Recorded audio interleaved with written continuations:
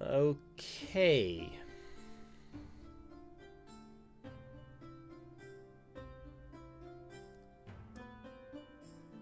There's something weird going on right now. We're live. Okay. There's something very, very odd going on with OBS and I can see YouTube. us. Yeah. So if everyone can just confirm that you can hear not just me but everyone else, that would be great in the chat. Because we had an issue last time. Also, if the music is too loud, please let me know. I have a feeling it is a little bit loud. I can turn it right down. In fact, I might just turn it down a little bit. Okay, got you again. All right. Sound check, sound check. This is Jacob. Does everyone hear me? And this is Humphrey, just mumbling to myself. Do you hear me? Do you understand me? Because I don't want to be understood. Just want to sit there, brooding, dark. Hi, Leah. Just want to sit there, brooding, and not be understood. Just to pity myself. A little bit. All right, I think we're good. No one said they can't hear you. No one's complaining. Okay, fantastic. I can tell from my soundboard that all the sliders are moving, unlike last time. Okay. So, Very good. We're gonna be jumping in without doing a recap of session 1, because it doesn't make a lot of sense for people to watch a session like a second session without watching the first session. I'll just kind of cover how it ended, just to kind of remind people, and that was with a big fight in an underground, like, domed room in the in-between under the floorboards, and there was this fairy woman named Juliette, or Juju, who turned out to be some sort of tri-starred operative officer, something like that, and she was after Argo's page that Gwen had. And there was a big fight ensued. She ended up dying. Gwen ended up grabbing her diary and the page before it got burned in the fire that happened. A centipede burst out of the wall, and everyone managed to escape. Apart from the fairies. The fairies were all pretty much buried alive or squished by a giant centipede.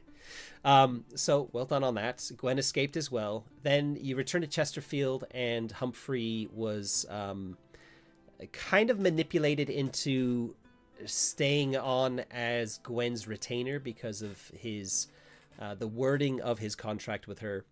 And Litha and Santiago suffered their first level of terrible things because they had contracts with Gustav, the husband.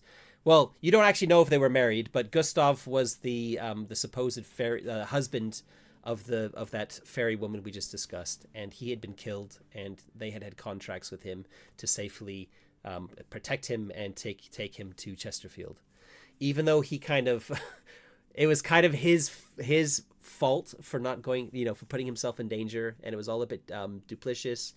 Nevertheless, that's how these things work with the Fae folk.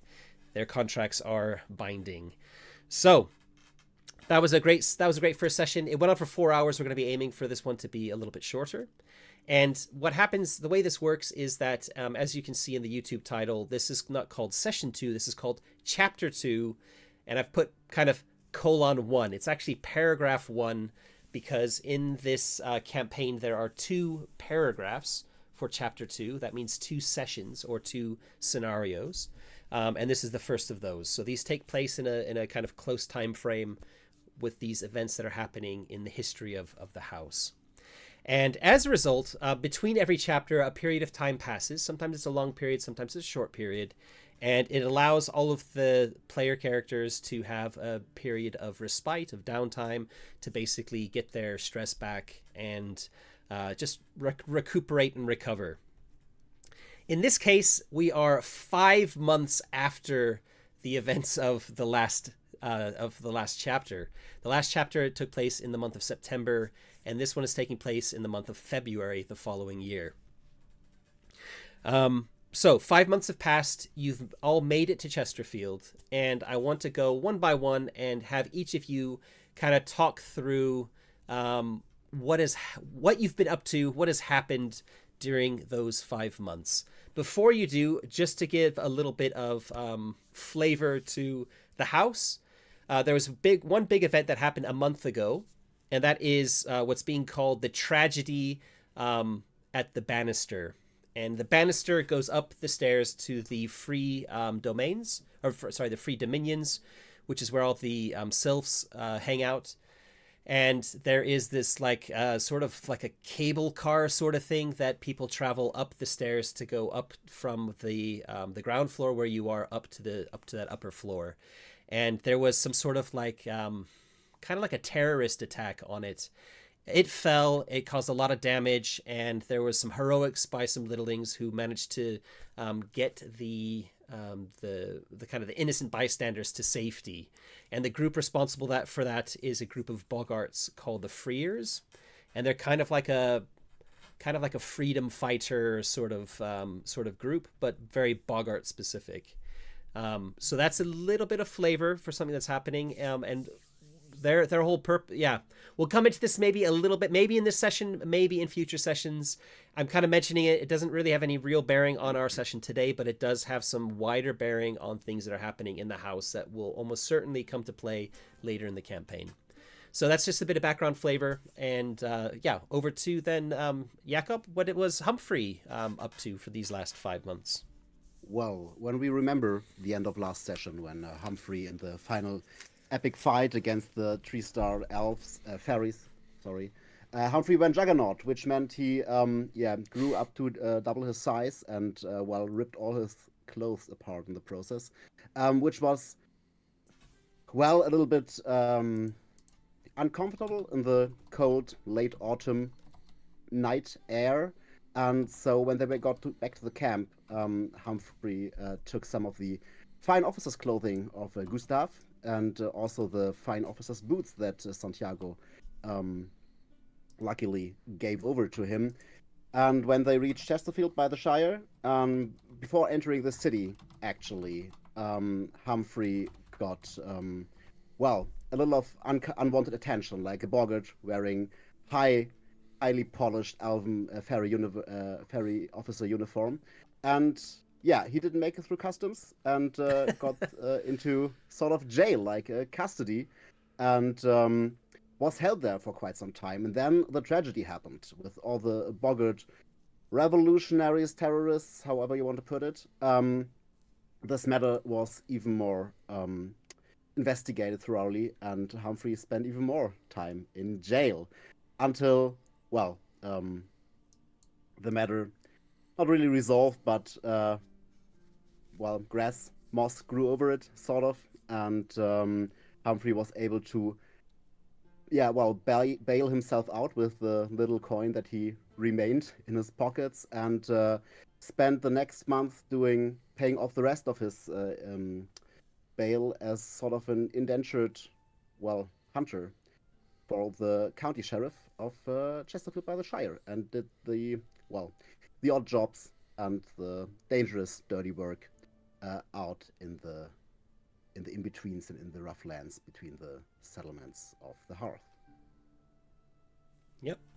Okay. Gwen has been in touch with you recently, right? Yeah, because now she needed me, but all the time before, I was spent there to rot in jail. Yep.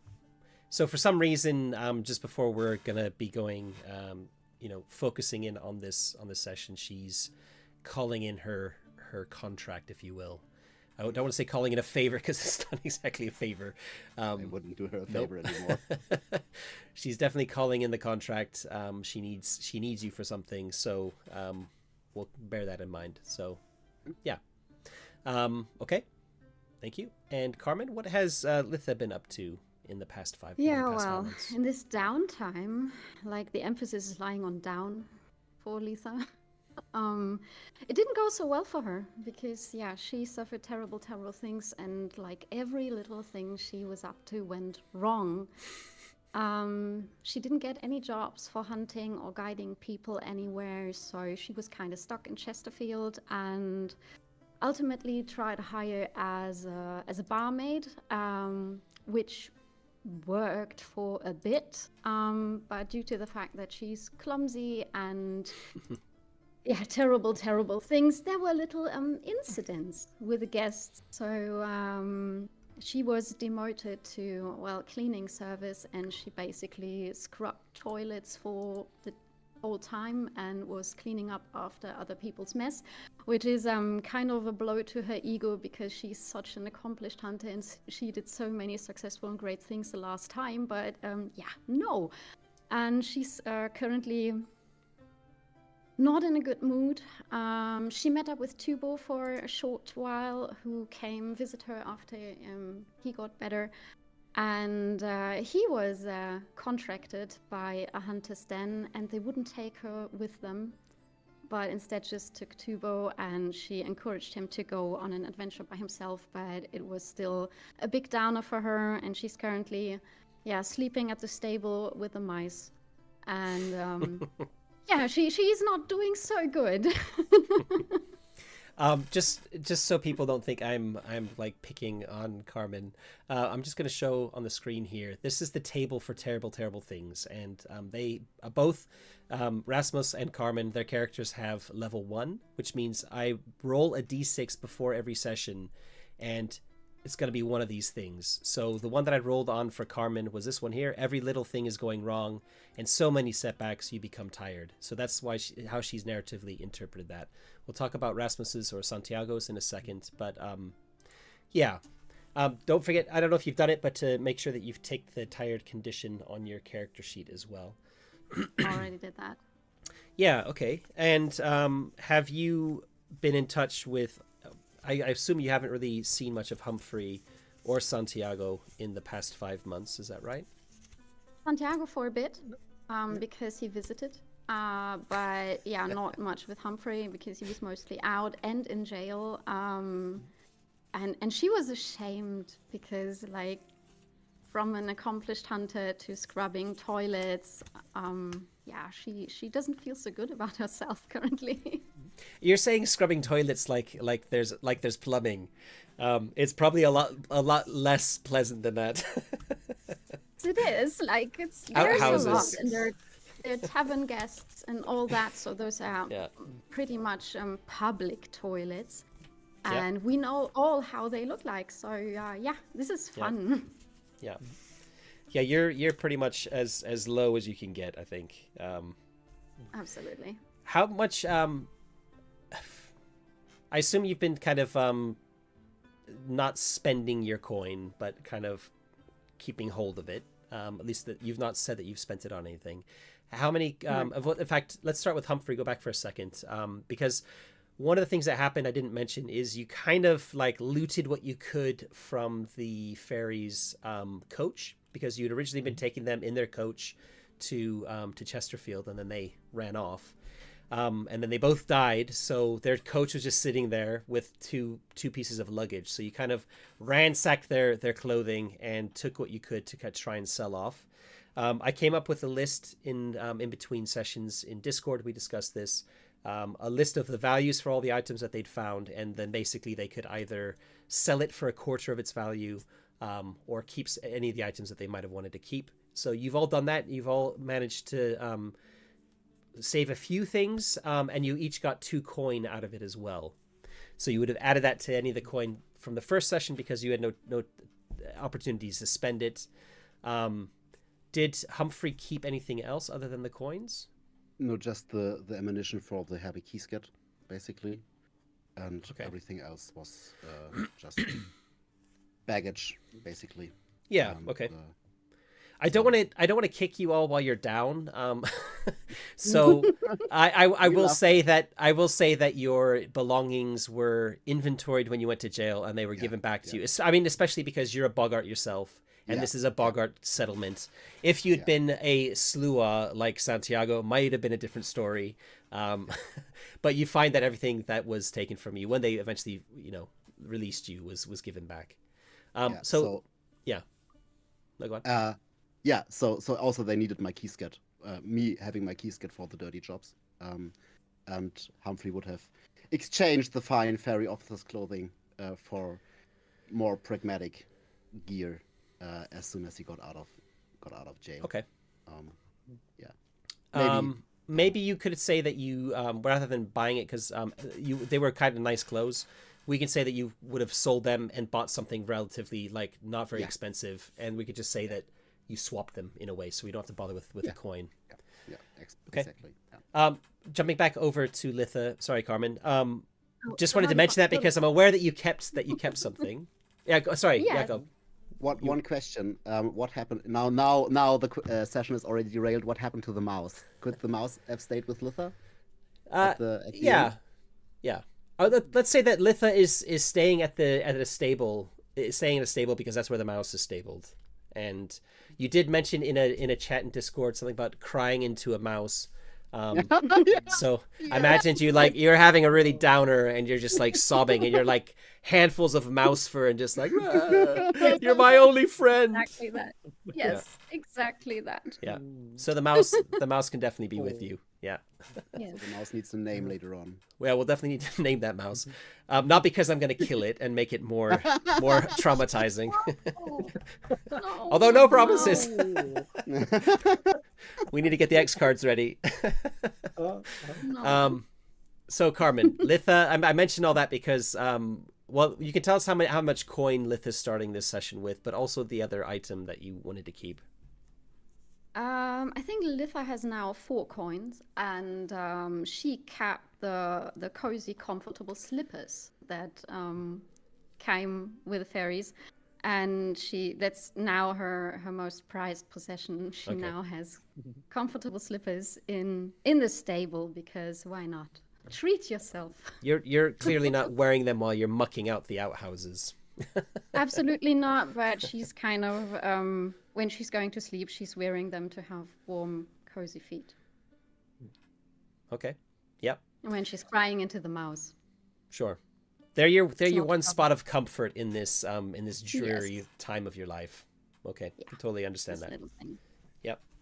So Okay. she would probably spend a coin or such on getting her clothes clean, because like we were covered in mud lately, and I don't think she wants to keep that. So if we have to expend some money on that, we should maybe mark that. You have a wealth level, right?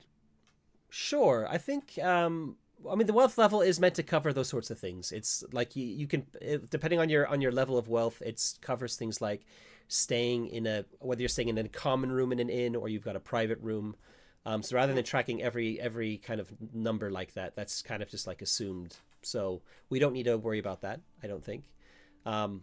And you're middle class, so you could be staying. You do have the means to be staying somewhere else, but I think maybe because just everything's getting to you narratively, I like the idea that you're crashing in the stables because it's cheap, and maybe you feel like you don't want to be somewhere else around people because people are horrible or something. I don't know. Like nobody's hiring you. Yeah, she is sad. She's kind of a bit going to a depressive phase right now. Yeah. Okay. All right. And Santiago, what has Santiago been up to in the last 5 months? Oh, yeah. Santiago has been a bit like job hopping from job to job. Well, he started off being a fencing instructor for a rich kid or two, and he got fired from that because he was drinking, and then he was working as a bouncer, and then he got fired from that because he didn't show up, and yeah, stuff like that. But he is doing enough work just to keep a house, food and drink and a roof over his head, but not very successfully. So I kind of, in my head, I imagine that you're crashing at like a really, really seedy inn. Like, it costs next to nothing. It's, there's like very small insects, which are like the equivalent of like rats running around. Because that's all you can kind of afford. You're very much living hand to mouth because you have very little coin and your wealth status is as low as it can go. You're poor. And you really have to kind of work at increasing your wealth status, which is kind of a big deal. And we haven't really had a chance to do that. So that's good. And one morning when he woke up there as well, 2 of his coins were gone. Yeah. So terrible things. Just yeah, exactly. That is the one that I rolled for you was where is it here? Number 1. You're a victim of a theft. You lose 2 coins. If you don't have them, lower your wealth level. And there was that moment when I was showing this, and you were like, wait. I don't, because at the time you had 1 coin on you. We hadn't split up the loot yet, so you only had 1 coin on your character sheet. And you're like, wait, does that mean I have to lower my wealth level? I was like, you can't lower your wealth level. It doesn't go any lower than poor. But thankfully, you still had some coin that I could then take back away from you. So yeah. Yeah, exactly. But one of the times when Letha was at least crying into that mouse fur, he knocked at the stable door and said, "Hey, I have some drink, and shouldn't we plan some kind of a rescue thing for Humphrey?" And we discussed that for a while, and then we didn't do it. But yeah, that's what friends are for, right? well, we had drink, and then it was thoughts and prayers. Big sheriff's house, and yeah. I was gonna say positive vibes, but I think from Litha they weren't very positive vibes. No, Not really. But Santiago he's down at the bottom, but he's kind of happy. At least he shows off happiness. So he shows up, but sometimes, and also me and Carmen discussed this a bit, but his mother has been working as a maid and stuff like that. So he kind of respect people who starts at the bottom and works upwards. Yeah. So he doesn't really see that it's a problem for Letha being there. Of course, it's hard.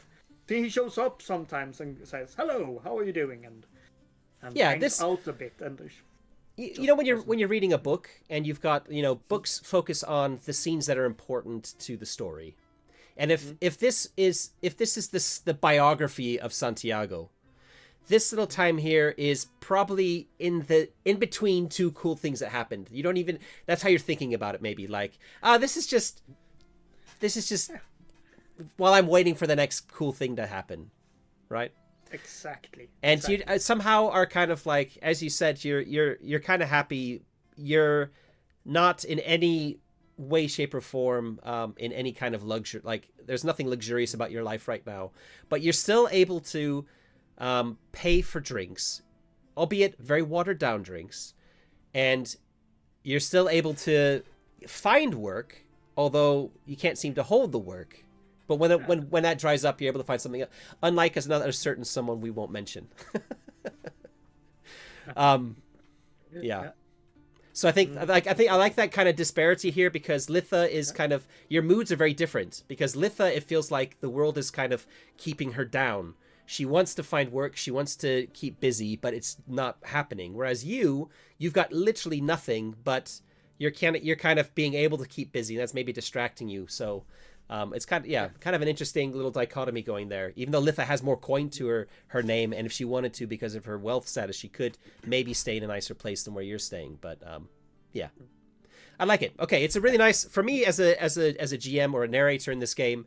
It's a really nice rich place to start from, because you're all in, like, there's just all sorts of like bad things happening to you, which makes for interesting story, right? Rather than it being all happy-go-lucky, everything's nice and fine. There's lots of complications going on, lots of narrative threads that I can pull on. However, as we kind of mentioned when we were going over Humphrey's little recap, Gwen has got in touch with all 3 of you, actually, and she's asked you to meet up on a specific day at a tavern. Not the tavern that Santiago's staying at, it's a nicer tavern near the university. So it's more like a student bar, if you will, the closest equivalent to that. So the ale has a slightly more hoppy mold texture to it, or whatever. And you all meet up on the given, let's say it's an evening, with her. And one thing we didn't mention actually with Santiago was you have this half of a map, which you were told is a treasure map, And at some point, the name Argo had been mentioned to you. Maybe it was written somewhere on the map, the name Argo. And that has, you've been kind of keeping a hold of it, thinking this might be worth a lot of money to someone. And you kind of maybe at some point thought like, oh, maybe it'd be nice to drink some slightly nicer beer. Maybe I can try and sell this to someone. So we did say that you did maybe drop a few hints, but you never actually properly tried to sell it. And because you're aware that Gwen might be very interested in this, you did mention it at the end of session 1, just to remind our audience. You did mention it right at the end of session 1 that you had this to Gwen, but she seemed kind of distracted at the time, which is probably, makes a lot of sense. And she was kind of like, what is this thing you're showing me? And why are you showing it to me now? And what? No, I'm not interested. Maybe. Anyway, time has gone by. And from Gwen's perspective, she has been, if Humphrey might know a little bit more about this, because maybe she's met up with you a bit earlier, kind of when she had this discussion about renewing your contract, and maybe she's hinted that she's kind of no, we'll say that we'll do this in character when she meets up with you all, actually. So you all meet up with her, and she's kind of got a table reserved because this is a popular place. The university here is there's not a lot of universities in the house. And this is one of the one of the bigger ones, and this is a popular kind of tavern nearby. So she's got a kind of a table earmarked for all 4 of you, and it's kind of full of young people. And when you walk in, you get the impression that I went to uni, and I went to lots of uni bars, and they were always like everyone's like, young and having fun, and it's usually quite like a positive vibe going in like a uni bar, as long as you also are sort of in that demographic. You kind of are, all of you can sort of feel that there's a lot of people here, and for a tavern, you'd expect people to be drinking, socializing, a lot of laughing and stuff. It's not like that. The mood feels very subdued for some reason. And I'm not sure if any of you will have known about this. Santiago will probably know a bit about this, actually, because you've been out mingling with the people in the city a bit. You'll know that if you really want to have a drink for free, you have to listen to people's problems. There you go. So you'll be aware that this is all this kind of grumbling discontent that you can kind of feel in this tavern. It's kind of infectious throughout the entire city since the events of the Bannister tragedy. And I apologize. At the beginning I mentioned it was a group of boggarts. That's not the case. It's a group of littlings led by an undine, who is a sylph from the upper level. I just checked my notes again. I, for some reason, got that completely mixed up. So it was not actually a boggart group. It was an undine leading a mixed group of littlings, and they basically disagree with the treaty that was signed, which is making the house kind of open to everyone. It's what allows there to be a Tsarina, like basically a queen of the little folk. A fairy sitting on a throne, basically, and they kind of disagree with all that. So they are still kind of like freedom fighters, but they just basically don't want to have the fairies ruling over them. They want to go back to kind of their having their freedom. They're basically the Americans in the Revolutionary War, objecting to being part of Britain, if you will. So if you want to draw that parallel. Okay, so you're aware that since this event has happened, that people have been on edge. There have been mutters. You yourself have heard quite a bit of muttering about, it's about the military having too much power. In fact, pretty much the armies in all of not in the Free Dominions, but definitely in the Fairy Realm, in the Hearth here where you are, and down in the basement. In the Horde, the armies are a very important part of keeping the people, like keeping control and keeping civilization going. In fact, the police force is made up of, it's kind of like an arm of the military a little bit. So even the people who are keeping the peace, the sheriff and his agents, are also members of the military, of the army, the Hearth army.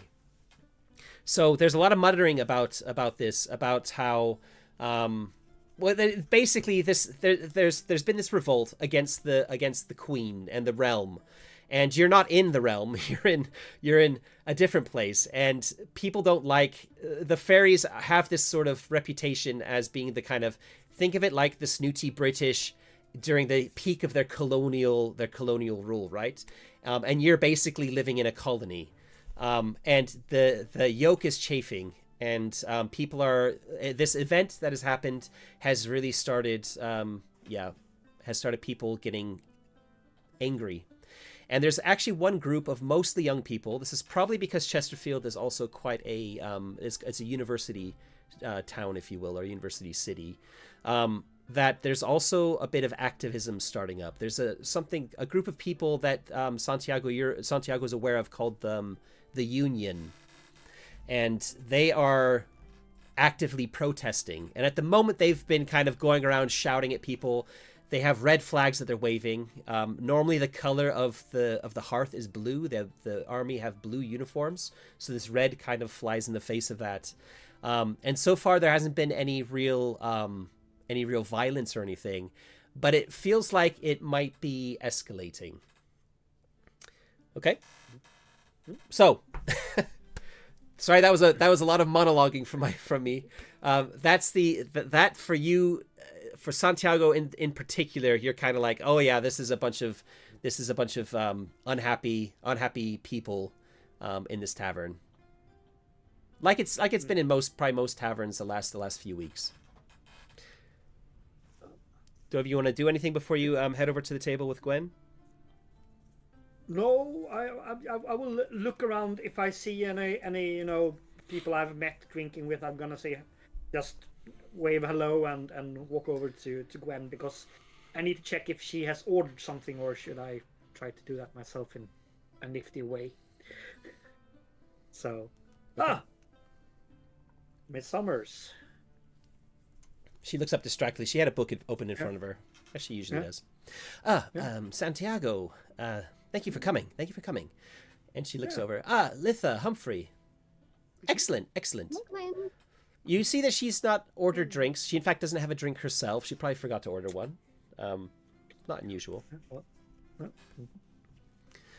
She doesn't offer to buy around. And this place is definitely outside of your means at the moment. Yep. You just know this is the place where it's like the drinks are like 3 times what you pay back at the place you're staying at. Uh-oh. May I suggest like a memory, an experience for Humphrey, because he's been working for the sheriff as a goon basically. So if you get him the reputation, one of the sheriff goons, this would play out quite interesting between all the very activist young folk, and maybe that's interesting. Definitely. You have an affiliation with the law. Yeah, the law. Unfortunately, right. Yeah. All right. So this is not something we did in the first session, mainly because we're trying to introduce some of these more advanced rules mechanics as we go. But we're starting it here. And experiences are things that can be invoked once per session, and at the end of or once per chapter. I apologize. And at the end, and you can gather as many experiences as are relevant during play. But at the end of a chapter, you would pick one of those experiences to turn into a long-term memory, and those memories are kind of written up here at the top of the character sheet up this side, and those are become narrative aspects of your character that can be evoked once per chapter to give you a bonus on a relevant roll.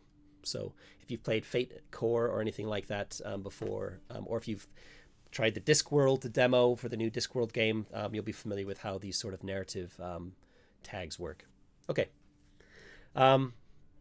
Yep, I like that. That's really good. And we did discuss for my sanity as well, because I have a lot of things I got to keep track of, that you should all be suggesting experiences both for yourselves and others. if they come up, because I might just inadvertently not think about them. Okay. Yeah, does Litha or Humphrey say anything to Gwen? Litha is definitely going to buy drinks for everyone because, like, this is the first time she was invited kind of to something, and she got dark circles under her eyes. She doesn't sleep well. She looks a bit rough, but there is a little glimmer of hope in her eyes because, like, okay, this might lead to something that will take her away from scrubbing toilets, which would be great. Yeah. So, like, anything at this moment. Okay. Yeah, Humphrey just greeted her with a Miss Summers. And Humphrey's also looking very haggard. He was sort of wiry before, but now he is haggard. His cheekbones are protruding even more, and his cheeks a little bit more hollow, like some 3-day beard, like a little beard growing. Just he didn't shave really that regularly, and also bags below his eyes, and yeah, just avoiding eye contact to Gwen especially. Letha not so much, but also yeah. Okay.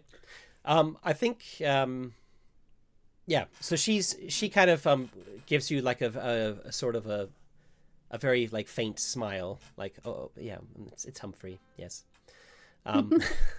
Litha goes to order food, and so we did talk about how your wealth affects, like, you can kind of, you don't need to track your day-to-day expenses, but something like this, there is actually a price in coin for something like a dinner out.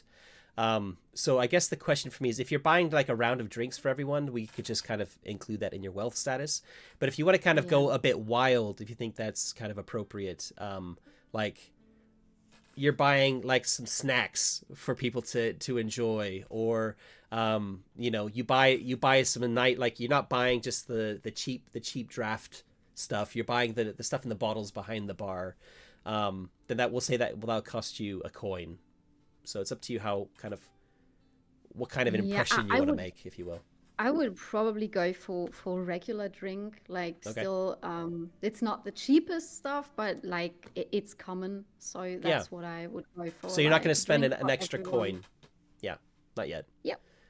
Oh, you are going to spend a coin?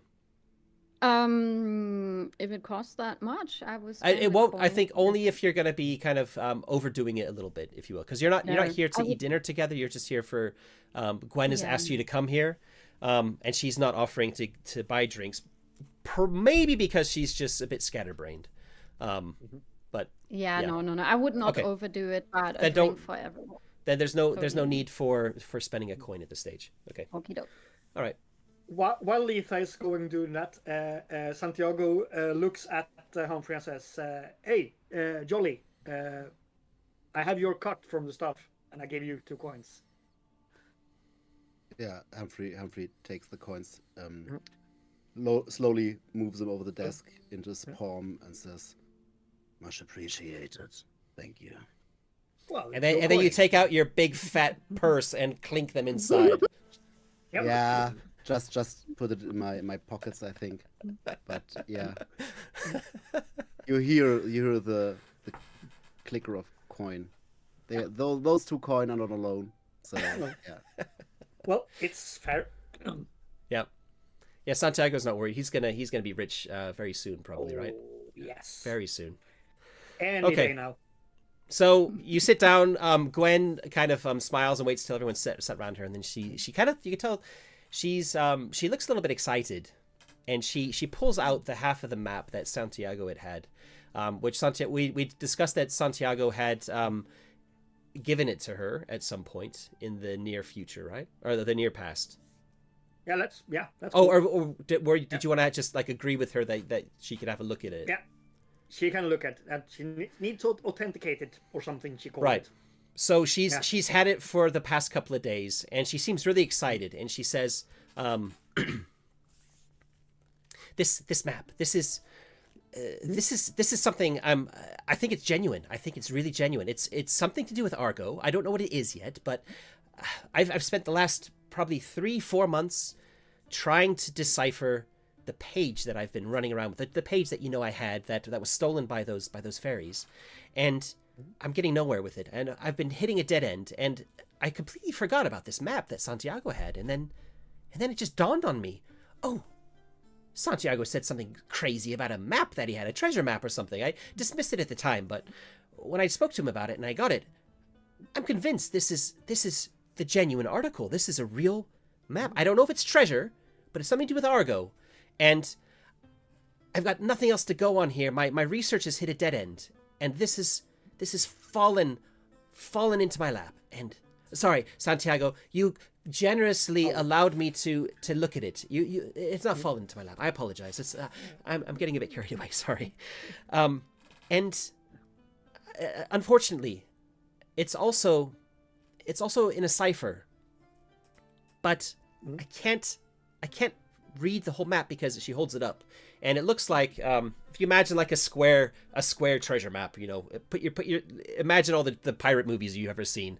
They're usually square shaped, right? And this isn't like that. It's kind of like that same size. There are some kind of cryptic drawings on it, but it's not actually a map. There's a lot of text. None of you recognize the language. She did say that it's got a cipher as well, but yeah, there are some kind of like features that are drawn on it, like a tree at some point, or you think it might be a tree. It could be something completely different, and right, kind of not down the middle, like there's a jagged tear that kind of cuts the thing in half. So if you imagine it was a square map to start off with, and then it's been ripped in half, that's what she has. So it's kind of like, I guess, like an A4 sheet of paper almost. And it's quite clear that, like, one of the drawings is like gone off onto the rip, the edge where you can't see what the drawing was meant to be. The text clearly is like half.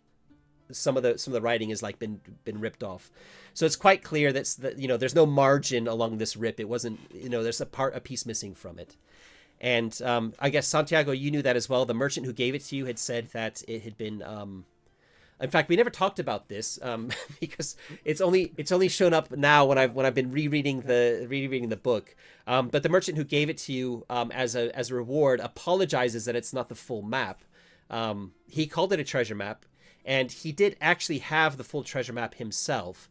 But at some point, he was attacked by bandits, and there was an ensuing brawl, and they were like stealing a lot of his stuff.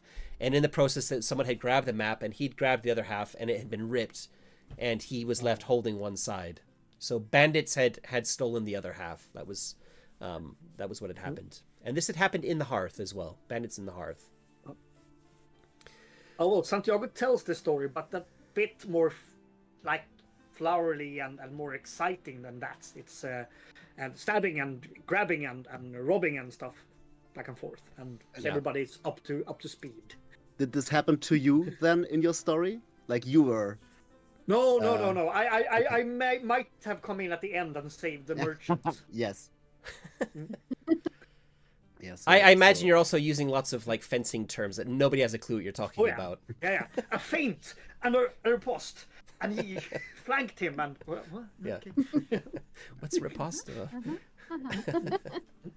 So Humphrey listens attentively when you mention the bandits, and makes a Yeah, Gwen's kind of listening. It seems like she's listening, but you can tell she's kind of like, it's like she's staring into space, waiting for you to finish your story. She's not one for adventures necessarily, which is a bit ironic because she's in the middle of one. So do you know where the bandits are from, Gwen, or where their hideout is, perhaps? Bandits? There's bandits everywhere, I'm sure. I don't know anything about bandits. They're not in the university's texts.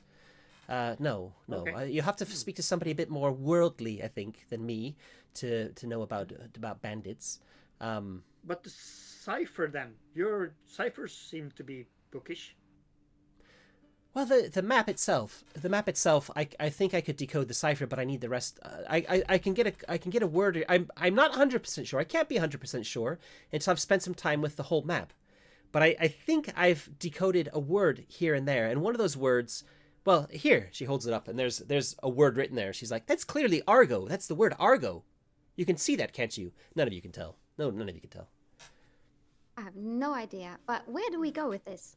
Like, Well, what oh, do I'm we sorry. do with it? Litha, I like that you want to get down to business.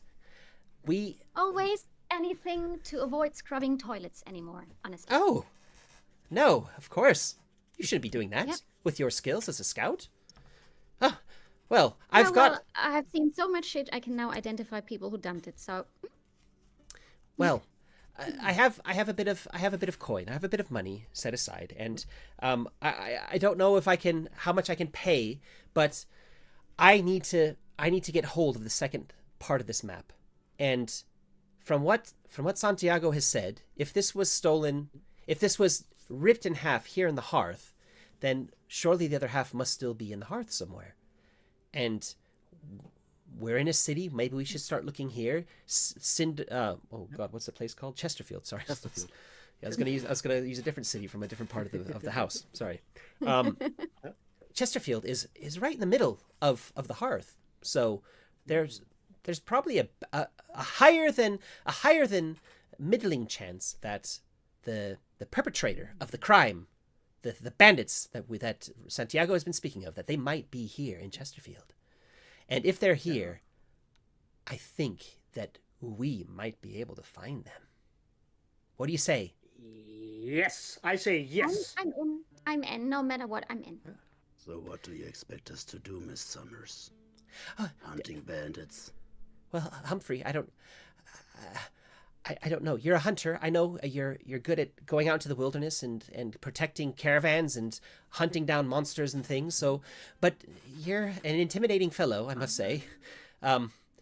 And that might come in handy with, trying to find things out. I know Chesterfield can identify myself. a feeling like we need to go to CD bars, drink with CD people. And Oh yeah, talk to them. maybe yes. Do you need some Yeah. coin for that? She slides 2 coins Yes. across to you. This is business expenses for the what should we call it? We'll just call Investigation. yes. Net. I was gonna say networking. I'm not going to use corporate lingo. It's out of place. Yes, for I'll clues. think of something. But Santiago, please use that to find out from other people, to encourage them to tell you things. And if that means buying them, drinking with them, and socializing, I don't know much about that myself. Then I please do that. I have tried a couple of times. I think I could do it again. It doesn't need to be seedy bars. Wherever you think is the right place. Yes, and Litha, I don't know. Maybe if Santiago's going to bars, I don't know if you should all be going I together. need company. Oh, I need yes, company. yes. She slides another 2 coins across. that should be more than enough. That should be more than enough. But really, I think we probably should have a better plan. We should have a better plan than just drinking around Chesterfield. Gwen, do you have contacts with merchants? Because, this is something that people would try to sell. Well, Yeah. I go shopping from time to time. Yes. I wouldn't. I'm more of an academic. I spend a lot of time at the university, and I'm not. I don't have a business of my own here. But I mean, Litha does. You do have a background in kind of running a shop, don't you? Or was that Gwen? Oh, it was Gwen. That It was is Gwen. Yeah, That was Oh Gwen. man. Sorry. Yeah, I got my. I'm the guide. But Oh you yeah, have- you're the Juliet from the Romeo and Juliet story, where you're part of this this family that had the rivalry with Humphrey's family, right? Yes. Exactly. Okay. That's the And finance. Gwen had run her father's shop, hadn't she? Before Yes, she- she has. Before the war, and then after the war, she decided to go her own way and go to university, which was her dream. Yes. Okay, so she probably has. Let's go back on this a little bit. She will definitely have some business now because she ran a shop. But as I just said, so we'll kind of run with what I just said. I could probably make contact with some merchants. I do have some experience in shopkeeping, and I've just not had any need to do any of that since I've been devoted myself to Professor Gnome's university and Argo the bureaucrat. So I could probably make some contacts. What kind of merchants were you thinking of? The ones, I'm kind of wondering, antiquaries, something antiquities, like, or stolen goods. Stolen goods. They're called fences. I know that. I don't know any. I'm sure there probably are some in the city, but that might be something you can find out through your through wetting people's tongues. Through Yep. She takes a very large gulp of beer. Yeah. Oh yeah. And Lifa, isn't these merchant? They go to fancier bars, right? More expensive. Well, bars. depends on the merchant, probably, but yeah. Well, most of them I've seen go to more expensive bars, right? They might. So well, Well- we would see about that, but no, if we. I'm not sure if we can track down the bandits, but I think like tracking down the map might be a bit easier because, well, if it were just bandits, and they probably don't have the means to decipher anything or so, but they find out it's valuable, so they try to make money of it. So that would be something that I go for, and so And it might merchants- pop up somewhere. Yeah, And right. I would merchants check also. Yeah, sorry. antiquaries and yeah, I don't know if libraries buy stuff like that or like Well, scientific we could talk to the library at the university and see if anyone's tried to sell a half of a map to them. But there is actually a merchant who deals in antiquaries. I'm just trying to find the name section here very quickly. I like that, Lisa. I think you're smart. It's good thinking about the merchants. Yeah, I God, think okay. that would be like, I mean, when we come across stuff, we also sell it, so we don't sit on it and keep it because, well, and I think like especially things that you stole are kind of, you want to get rid of them, probably. Yeah, and when you say it now, I realized that the guy who had the map from the start, he was some kind of merchant as well. So yeah, that's logical. But Well, yes, that might this- be something. This antique. Oh, should we wait for Jakob to come back? Maybe. Yeah, probably. But also considering those bandits, I mean, he worked for the sheriff, right? There was something that he was working for the sheriff. So maybe Who is working with the sheriff? Oh, Santiago I looks think- around a I bit think- and She says that loud. Too. Sheriff. No, And in fact, no you one, could no one is working. for the sheriff, conversation right? the conversation noticeably quietens in the rest of the tavern at when she says very loudly sheriff. oh, Oh, we don't like him, right? I don't know. But I mean, maybe this is something where Humphrey can ask about, like if there were any people arrested currently who had stuff like that on them.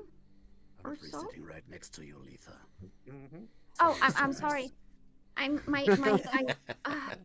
sorry. I'm not in my right mind. Well, Miss Summers, talking about what's in for us in this little adventure of yours.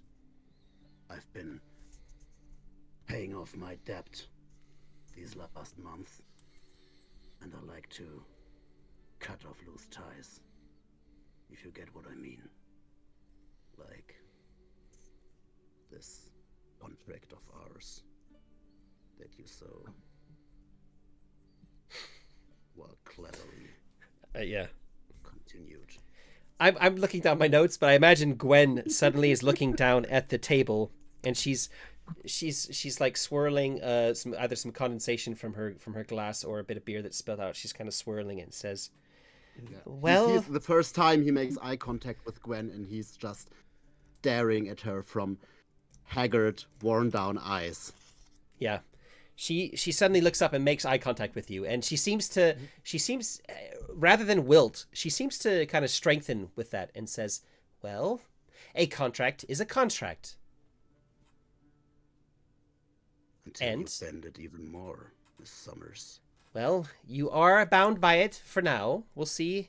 Maybe we can come to an agreement after this is finished. No, Miss Summers. We come to an agreement now. If we get that fancy little map of yours, our contract is done. And I'm no longer your serf. Very well. Very well. Humphrey? Give me your word. I give you my word that if Summers. the moment I have the second half of that map, our contract is finished. Very well. And Humphrey just puts out his hand on the table. When you do it like that, it looks like you want to arm wrestle with her. Yeah, it looks like this, yeah. Okay. She kind of like reaches over and like awkwardly kind of shakes it. She doesn't want to grab it like like a Schwarzenegger like bro grab.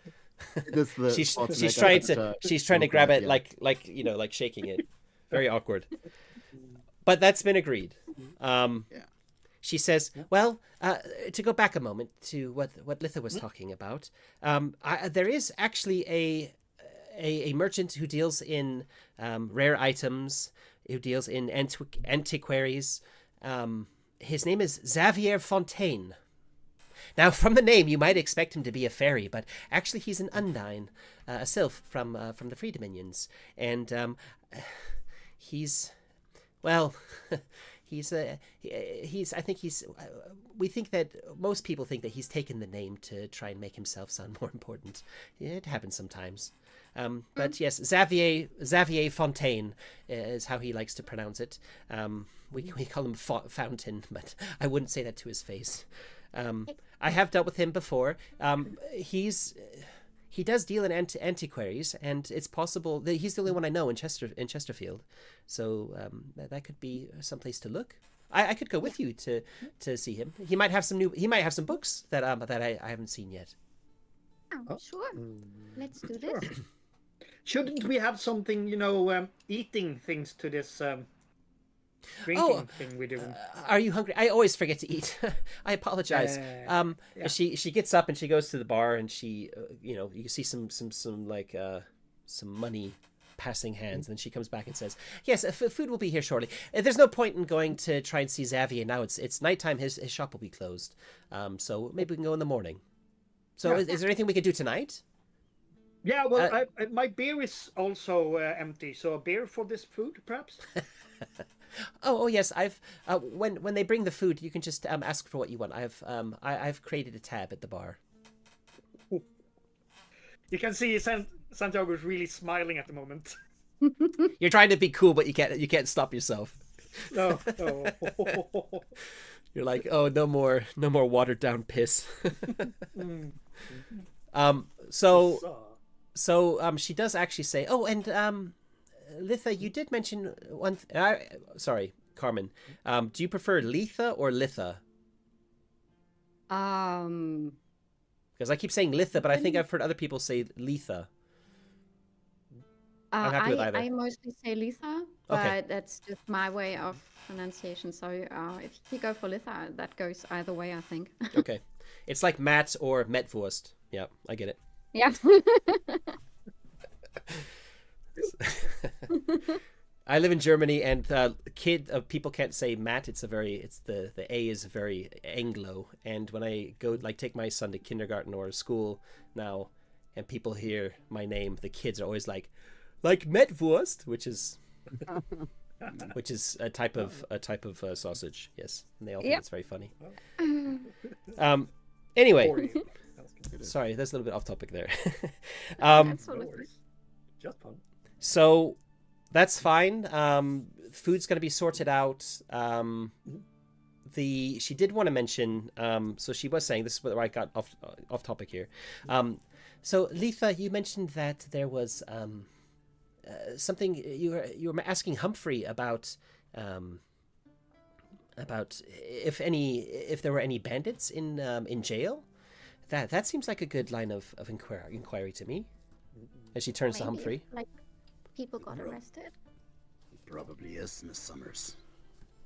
Or like a wanted group or stuff like that. So there might be any inkling like with the officials. I don't know. Well, that's really smart. That's finding criminals is easier in jail, right? Well, maybe we can go to the sheriff's office because Humphrey, you worked there with them. She's saying really loud, and you could use your contacts at the sheriff's office to see if there's any bandits there. It is absolutely silent now in the tavern, completely, until you hear from behind Humphrey a chair loudly being pushed back. Some heavy footfalls. More than one set. And maybe whoever's sitting opposite you, let's say both Letha and Santiago are opposite you. Gwen's kind of off to the side. So Letha and Santiago see two big, burly boggarts. These are young guys. So imagine that they're like the equivalent of like 21, 22, something like that. But they're big. And they kind of stomp over to the table. And then the silence after the scraping of the chairs, Humphrey sitting there says, "That's certainly an option, Miss Summers." Now the guys are behind him, I suppose. Yeah. One of them, you notice, has a red piece of cloth tied around his arm, like a band, like an armband. Which Santiago, you know what that means. It means that they're affiliated with this union. And one of them places open his coat a bit so the lancetta is easily to reach and looks at them and half smiles. One of them looks back at you like trying to look like tough. You can tell like he's maybe not so confident, but he's giving it all he's got. The other one is ignoring you, and he places a meaty hand on Humphrey's shoulder, and kind of says. Humphrey hears over your shoulder. All right, mate. What's this about the sheriff's office? You a bloody agent? And then he kind of with his hand on your shoulder, he like with putting pressure on it, turns your chair while you're sitting, like keeping you sat down to face him, and then he lets go of your shoulder and crosses his arms. And as he does that, you can see he's got like big, like he's got big arms. He's clearly done, he's like a working class guy. He's clearly like does a lot of work with his body. He's not like a bookish university guy, which most of the other people in the tavern look like. He and his friend are clearly not for some reason. They're in here, but they're young, so maybe they're like related. You don't know. Anyway, yeah. Okay, Lisa is getting up.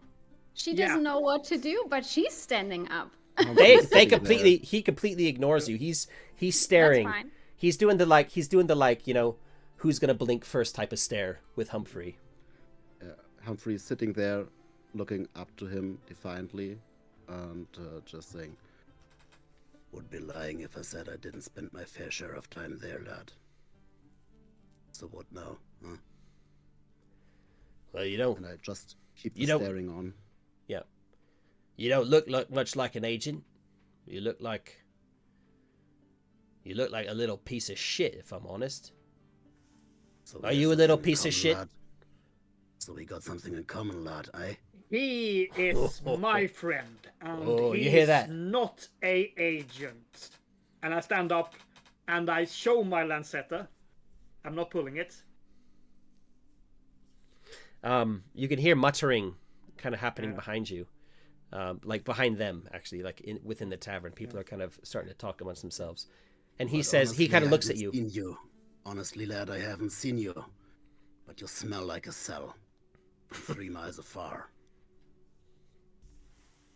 I've seen buckets of shit with more charisma than you, mate. John, you hear this guy? I think he wants to have a bit of a fight. And John's kind of looking at Santiago, who's you got your hand on your lancetta, and he's like, hold up. If they were with the sheriff, why would they have a sluagh with them? And look, a salamander, that doesn't make any That's a sense. Smart guy. Trying to do here, guys. I mean, I've cleaned up things that smelled better than you. The one who is kind of like watching Santiago, he goes a bit red in the cheeks when you say that. The other one who's kind of like looking at Humphrey lets out a loud laugh. You got a mouth on you, little one. And You're I'm not like opposed half to their fighting. size. Yeah. Yes, I am. Humphrey. Oh, sorry. Santiago will say something like, "I'm not opposed to fighting you, but I don't want to fight you over the agents because we're not a friend of those." But this We can one still here fight works if you for want him. This one here works for him. We all heard it. Gwen pipes up and says, "Oh, hold on. That's my fault. I apologize. Humphrey here. He's not a member of the sheriff's agents. No, he just works for them. He does jobs for them. He's like as I understand it, he's like a freelancer. Except I don't know what the financial implications are. Maybe he takes coin from that. I don't know." And the other guy's standing there, just like looking at her like, and then he looks back at Humphrey like, Thank you, Miss Summers. You're welcome, Humphrey. Maybe I could help. Just diffuse the situation a little bit. Maybe you could buy a round of drinks for everyone. They ignore her. And Humphrey also stands up, like this chair scraping over the floor, and says, "So it's all just cheers and laughs now, mate, isn't it?" Yeah, the one when you do that, the other guy takes a step back, like he's letting you get up. Like this is not like, punch you in the back of the head. This is like he's trying to be the tough guy, and he wants to humiliate you now, kind of. Yeah. So cause I want just to join in when he laughed about Letha's comment. So it's all about jokes and laughs now, right, mate? Tell you what, I've seen shittier places than you have. From a boggart to a boggart. Let's have a drink. And with I don't drink with agents of the sheriff. Oh. Listen, I'm a bit confused about what's going on here. Are you an agent? Are you with the agents or are you not? Because if I look at those two, I'm sorry, my accent's going all over the place too. That's fine. If I look over at those two, I wouldn't have thought that you're with them. But Yes. this one here, he points at Gwen. She just keeps digging you into a hole, mate. So, what's with you and the sheriff? Tell me plain. I'm already lying in the hole, mate. She's just shoving dirt on it. But Look, never mind. let's stop talking My friend metaphors. here has- What? My friend What's has your spent connection? his served time in jail. Yeah, thank you, Santiago. Prisoners don't often work for their jailers. A slave is a slave. Thank you, Santiago. Someone at the back says, actually, there is precedent. He turns around. There's like a very bookish-looking guy at the back. He's like, sorry. And the big guy says, all right. So you're telling me that you're a reformed prisoner? Is that it? Humphrey's clearly annoyed and sort of helpless, standing now in the room. Just he wanted to make a sort of an entrance, and now they are debating over his head. And he's like, "Don't call it reform, mate. Just doing what has to be done." Well, I'll tell you what. I'll tell you. To be a free boggart again, right? I'll tell you what. You want to be a free boggart? That's the right attitude, mate. He walks over to the bar. And he grabs a bottle of some sort of spirit, walks over, and he hands it to you. Oh no! Before he hands it to you, he kind of pulls the cork out with his teeth, takes a big old swig from it, and then he reaches over, and he rips a bit of your shirt, like you've got. I mean, yeah. There's like a bit that he can rip off because your clothes aren't super nice, No. right? Your Like decorum is sturdy pretty leather low. jacket, sort of. But yeah. So there's plenty of cloth that he can rip off without really being noticeable that he's done that. And then he stuffs it into the bottle. I don't know if this was invented around the equivalent time here or not, but he says, hands you the bottle, and he says, light the top of that, and then throw that at the sheriff's office, and we'll all know that you're a good boggart like us, that you want to be free from the shackles of tyranny. And someone from the back says, down with the oligarchy, or is it oligarchy? I can never remember. I hope you paid for that, mate. And he takes the bottle, pulls out the piece of cloth, sits down, takes a sip, gives the bottle to Letha, and say, I'll do it when it comes to that. And just turns his back to the lad. Okay.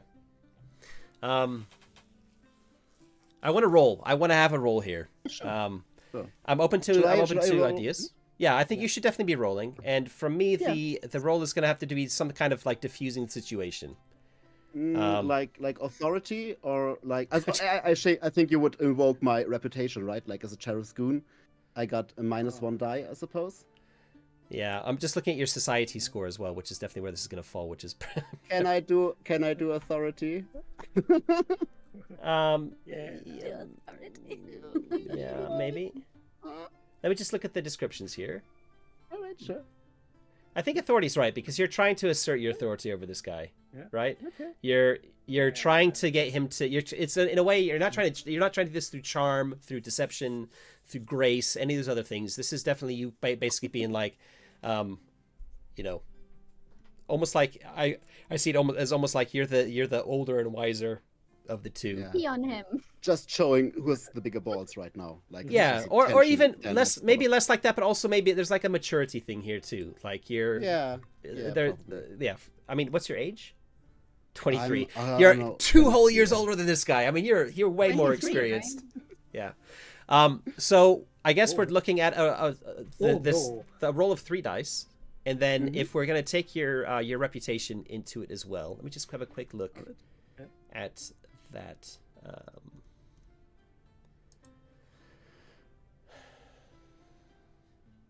I can't remember if they're it's under the advancement section, right? How they work, the hindrance. I get -1 die, I suppose. Like as a hindrance, I get just -1 die.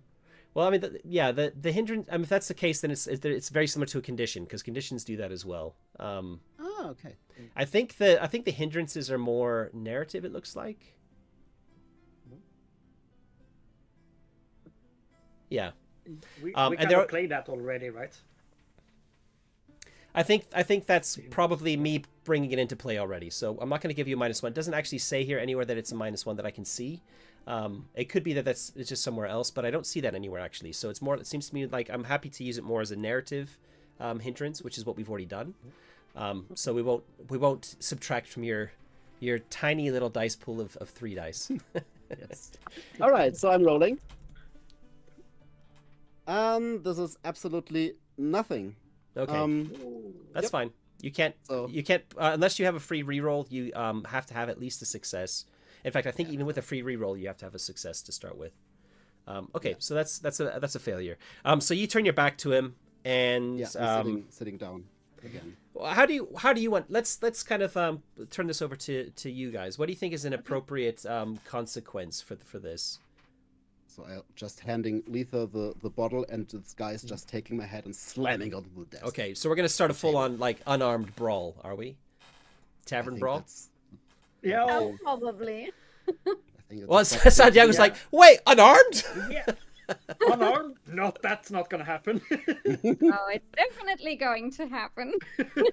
Not unarmed. It's like Santiago keeps trying to pull his lancetta out, and Letha's like pushing his hand, like pushing it back in, like, no. He's going over the table like a terrier. Yeah, of course. Are we, or can we assist him with authority or something like that? You know, they do that to him, and then we try to intimidate them or something like that.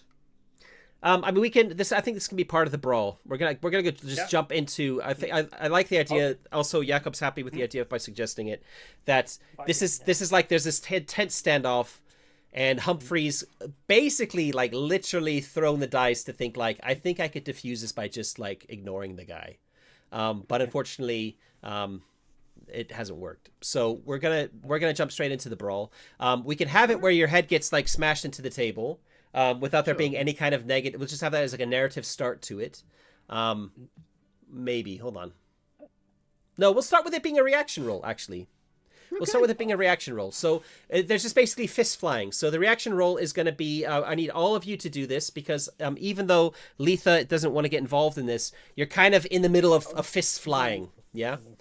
So the other guy's launching himself at Santiago. They're not going Juggernaut or anything, but they are big guys. So this is going to be a reaction roll from all three of you, and the reaction roll is going to be. Let me just pull up the opponents section quickly. Sorry. It's going to be fight. Yes. Yeah. Okay. Yeah. So I think the. Yeah, I think we're just going to go with the standard, the war field as well. The attribute field is called war. So you're looking at war plus fight, and this is you basically like it's not quite dodging, but it's kind of like knowing how to fight to kind of avoid their blows. Mm-hmm. So they're basic opponents, but there's two of them, so it's a basic two.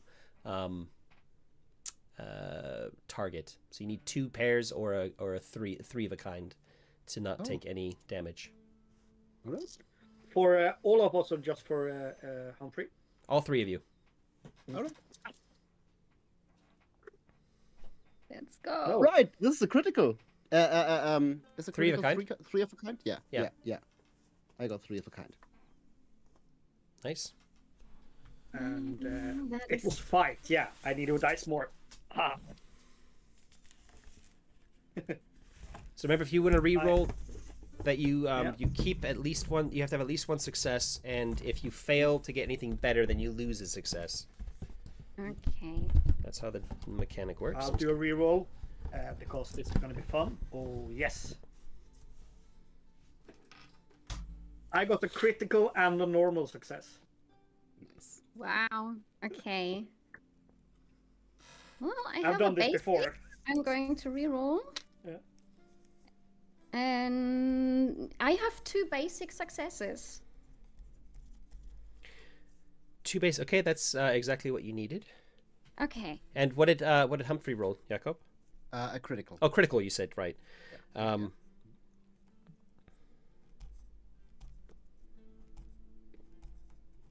Okay. So their attack kind of doesn't work out. So why don't each of you tell me what happens with how they are kind of how you've managed to get some hits in, or how you've managed to kind of turn the tables on them a little bit. So we'll start with Humphrey, then Letha, then Santiago, just to keep it kind of in order, maybe a little bit. Or no, let's start the other way, because we always do it that way. Let's start with Santiago. Oh yeah, okay. He it was the guy who was a little bit insecure as Yeah. well, who ran at me. Yeah. So he runs at me, and I kind of grab my glass of beer, and moves a bit to the side and try to let him fall over my I put my leg out so he can fall over it, and I just drink my beer. You need to empty the beer at the start of a fight. Yeah. He's a big lad. He goes down hard because he wasn't expecting it, and misses you. Okay. What about Letha? Okay, when they just smash down Humphrey's head on the table, they lean forward, and she has the bottle that was handed to her, and she kind of dodges the arm that is coming, and just pushes the blunt end of the bottle against the forehead of a guy. Okay. So they kind of basically, their own weight is pushing them into the bottle. She's not really applying force, but it's just like boink. Okay. Yeah. And Oh, yeah. Humphrey? Humphrey's head was just slammed onto the table, and he's just in this crouch position, like right, just slamming his feet upward, just like jumping against this guy's chin, sort of, and So you let your head go down. Yeah. Of course, Okay. of course. I think. Let's say, because you're not taking any damage, let's say you get your hand like on the table first, so you kind of like hit your hand to soften the blow a bit. Sure. Which still hurts a little bit, but not as much as it would have. Of course. Could also be blood running down my nose. That's appropriate, I suppose. So, yeah, Humphrey just jumps up and just slams with the back of his head against this guy's chin. That just Letha just pushed the bottle onto his forehead. It's like she's holding his head just in place for your Yeah. for your head to come up. All right. I was like, careful with the good liquor. Okay. I smelled it. It's not a good one. Okay. That was a good first round. Now you all get to take an action. So again, just to remind people how this game works, there's combat always is an action where all three, or basically all the player characters in a group, take an action in any order that they want. And then there's a reaction where they're all reacting usually to the same roll, but it can be we could introduce different ones if it makes a bit of sense. So what actions are you all going to take? Describe it narratively. You can make a suggestion on a skill if you want, and then we'll go from there. Well, Humphrey would just take his arm and twist it, like moving behind his back and twisting the arm, just like holding the elbow and just getting the upper hand and just moving this guy. Like Humphrey's got 4 older brothers. He's been on the other side of this more often than not. So okay. I'm just thinking if that might be a strength test, but I think it's still looking at what it's saying. I think it's still, it says grabbing during a brawl, so it's definitely fight. Okay.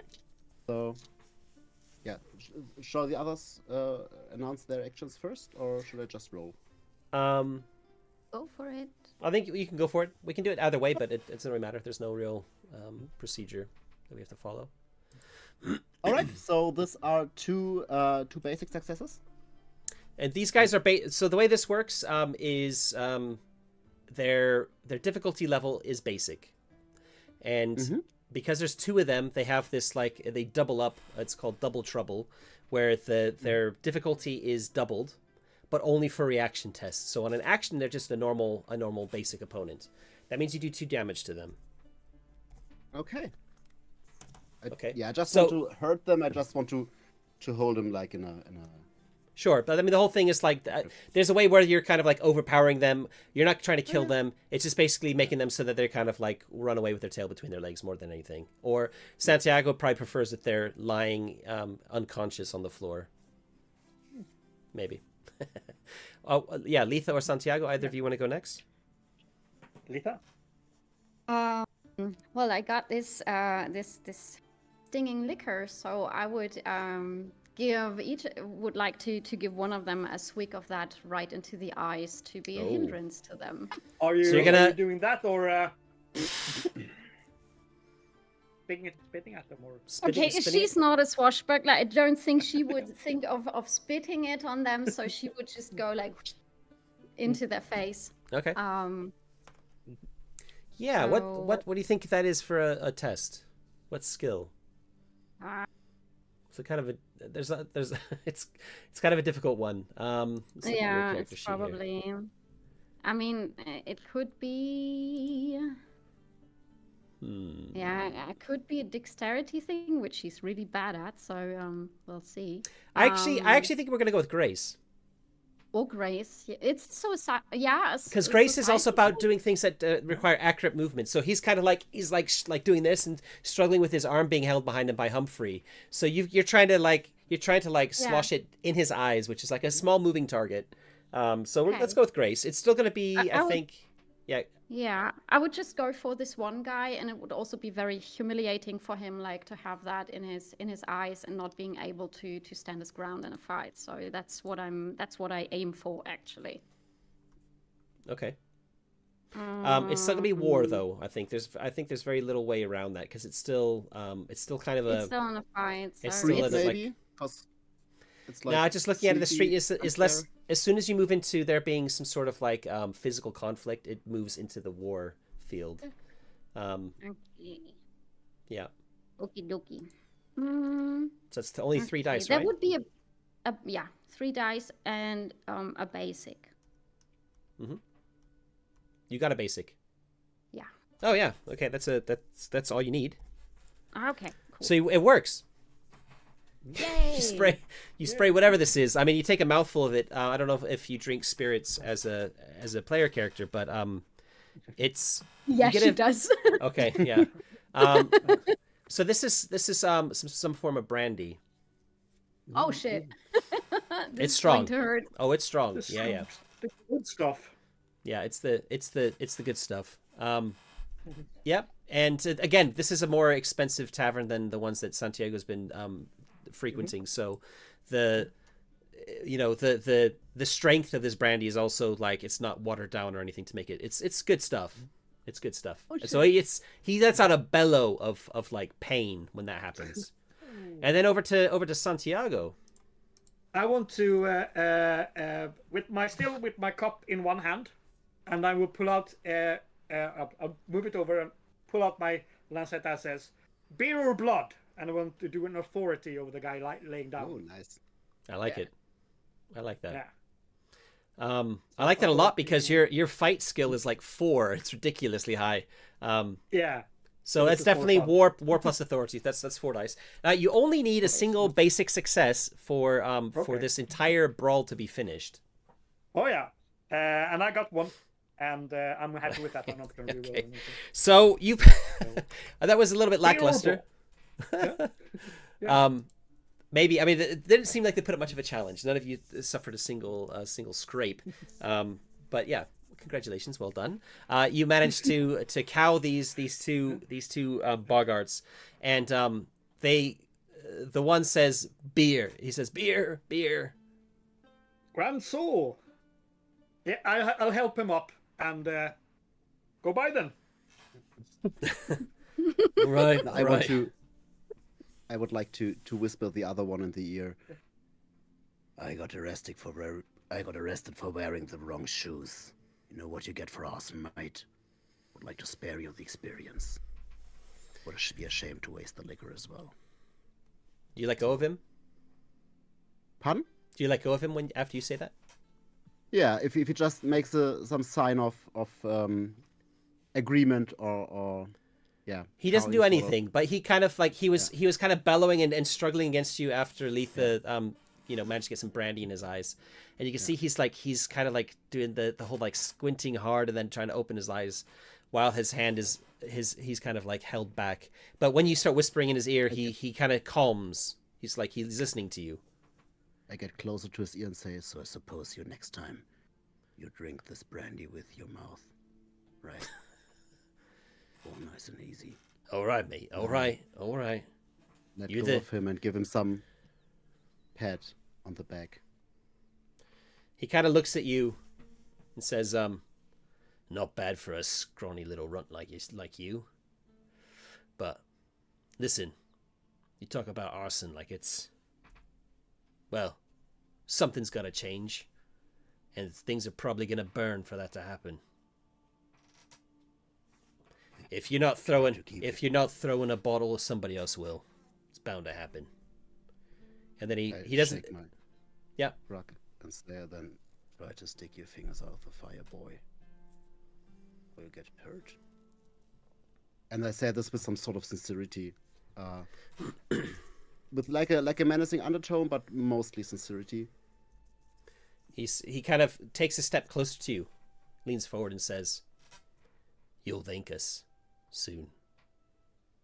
And then he just walks out of the tavern, and you can see his friend looking like, I'm buying the drinks, I guess then. And I say when he goes, well, thanks for the liquor. And Yeah, just he ignores you. He's yeah, sure. yeah, but he definitely would have heard you. Everyone else is like, as he's leaving, like other people in the room, like they were the 2 biggest guys in the tavern, and the 3 of you just took care of them like it was no big deal. Especially Santiago, who was just like, there's certainly a riposte or something in there. Yeah. The other one brings some beers over. They're expensive beers actually. Places them on the table and says, the brandy's paid for as well. And then he walks out to join his leaves the tavern. Oh yeah. Does he has an armband as well? No, the other one had the armband, just the one of them. Okay. Well then, no worries. Matt, should I spend my ace for the riposte you talk about there? Spend it? No. Yeah. I was talking about, you mentioned the riposte and the move, but yeah, no. Oh no. You do have a move called riposte. I apologize. That's fine. I didn't use it. You'd have to spend it to get the +1, which you didn't do. So no, we're just narratively talking about a riposte. Yeah. Yeah. Okay. So Gwen seems quite impressed. She doesn't really know what you get the impression she doesn't know what triggered that whole thing. Obviously from how she was trying to diffuse the situation but actually making it worse, she really didn't understand what was going on. But she says, well, it looks like those bullies are gone, so let's enjoy our meal. We probably should. Yeah. Everybody else in the tavern, as I said, they were the two biggest guys. They don't look like anyone wants to stand up to you now either. So, yeah. Okay, so let's try and move things. I'm just kind of glancing at the clock. Yeah. I don't want to spend the whole session in the tavern, even though this is quite fun. Yeah. What's the plan? Yeah, go on. Yeah. Santiago shakes the hand of Humphrey and Letha after Andra smiles. Thanks for the support, Sure. everyone. That was fun. Yeah. Okay. So what's the plan? Let's step away from our characters a little bit. What's your plan of attack? Because let me try and think of what the next scene is going to be so we can move forward a little bit. Yeah. So Humphrey very quietly tells him about an acquaintance he made in jail, like a member of the crew of the outlaw Duncan Rocks, a slewer called Federico, and he tells what he heard from the sheriff and his goons about this Duncan Cox. He's an outlaw of the hearth, kind of infamous, but also glorified in some way, because the former sheriff, the sheriff before the current one, actually resigned from his post, saying he knew everything about Duncan Cox, where he is, where his lair is, what he is all about, and he said he cannot, in good faith, pursue him, and instead he doesn't see him as a bandit, but as a cure. And this was the former sheriff's resignation letter. A sheriff called Arthur Lake. And if there is an outlaw, because Humphrey was hunting bandits with the sheriff's goons, like little gangs of, I don't know, bandits, maybe deserters. There's a lot of deserters also in the Hearth army. And if someone got hold of a cart, sooner or later those things get around. Stuff like that. Valuable stuff like that. They end up in the hands of the biggest fish in the lake. Or, I don't know, like the biggest cockroach in the...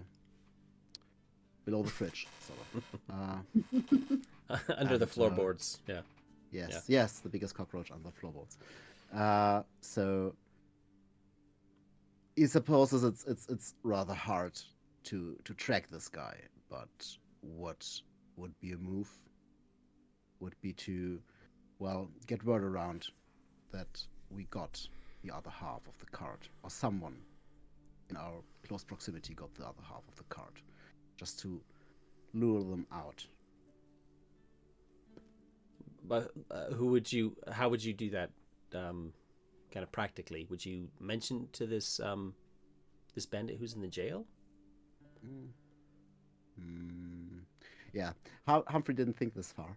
Okay. He's not the guy who's very good at making social plans.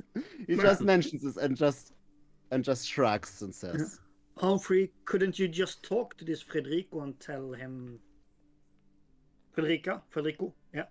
That you might be... it could be interesting for this Duncan to get in contact with you. don't know if he trusts me. But, yeah, well... Well, but He doesn't have to trust you, he just need to be willing to trade information.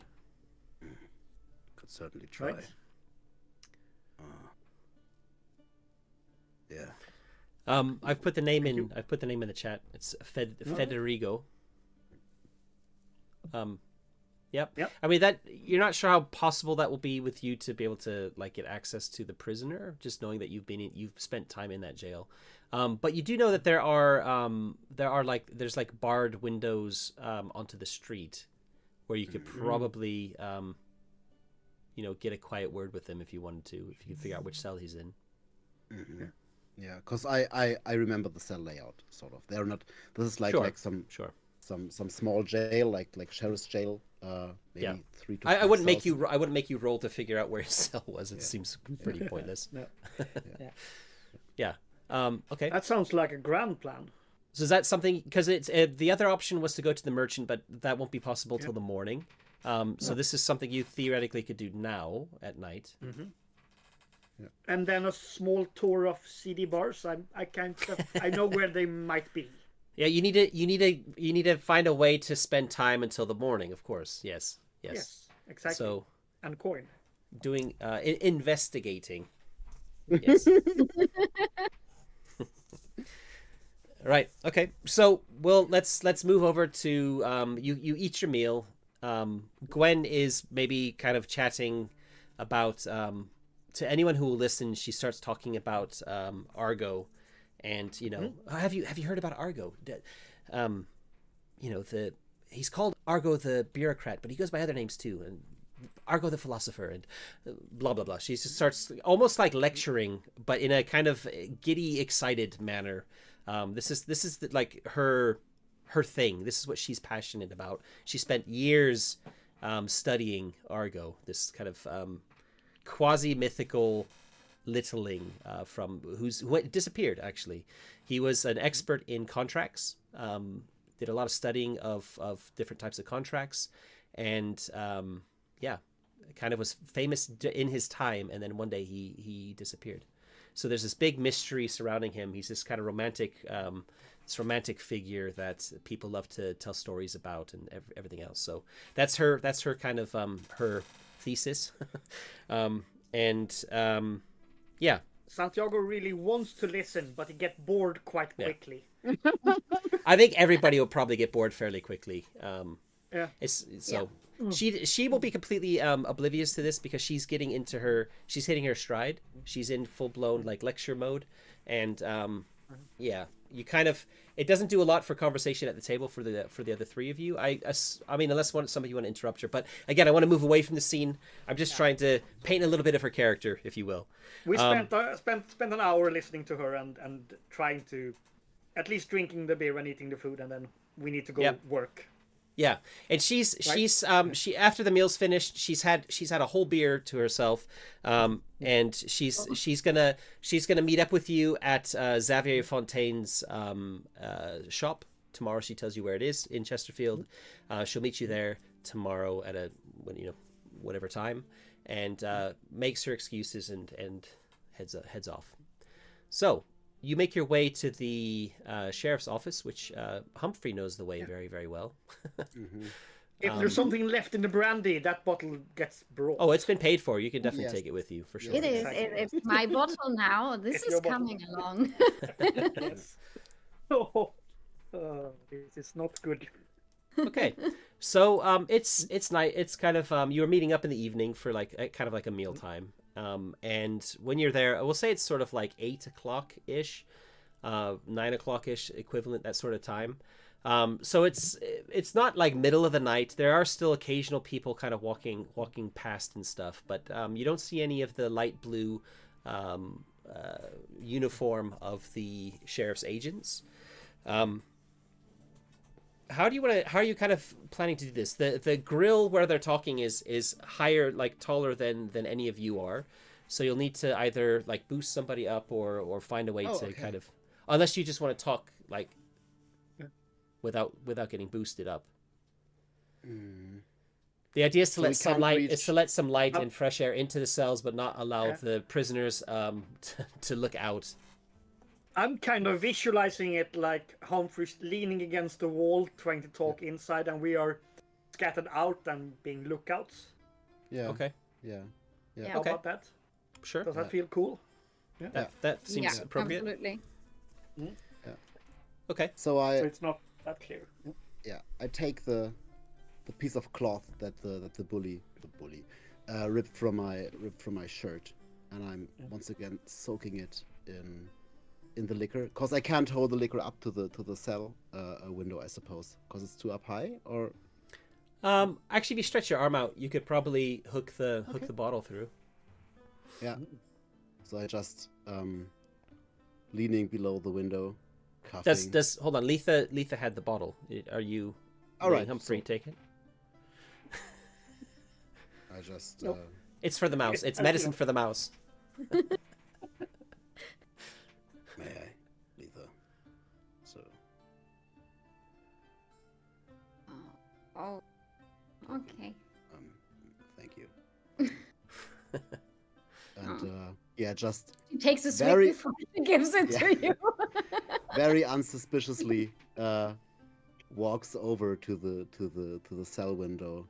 You see his finger like counting the windows, his mouth moving like silently, and leaning below a particular window and saying, "What an event!"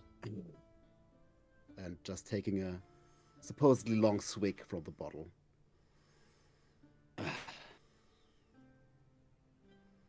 There's no reply. Would be a shame to burn the good liquor. Oh wait, and I just like he just has just putting the bottle on the window, and just scuffling around like he has got to piss on the wall, which he doesn't do, but would be a waste on this fucking sheriff's office. Sucker. There's our F-bomb. Oh, I dropped the F-bomb. I'm sorry. Oh no. Our one F-bomb that we're allowed. Very mindless. Oh no. It's fine. Yeah. Yeah, and just waiting if the bottle moves. Yeah. It disappears suddenly. In fact, you kind of like looking. You're doing this whole charade, right? Of pretending that you're pissing on the wall. Yeah. And you Maybe kind of staring glance down at it for a and- moment. You glance back up, and it's just not there. You didn't hear it. You didn't. It's just once it was there, and then it's not. Yeah. Then you hear you're kind of straining your like listening maybe for a second. Mm-hmm. You think you hear like a swallow, very faint, and then you hear, "Thanks." Never mind. Like poor devil's inside. Wouldn't be back in there if I could avoid it. Well, sometimes we have to get our nights comfortable. You're that Bogart, aren't you? I'm a Bogart. I'm a happy little Bogart. With a shitty boss. Talking of bosses. You're free for, I don't know, members of like a gang or something like that.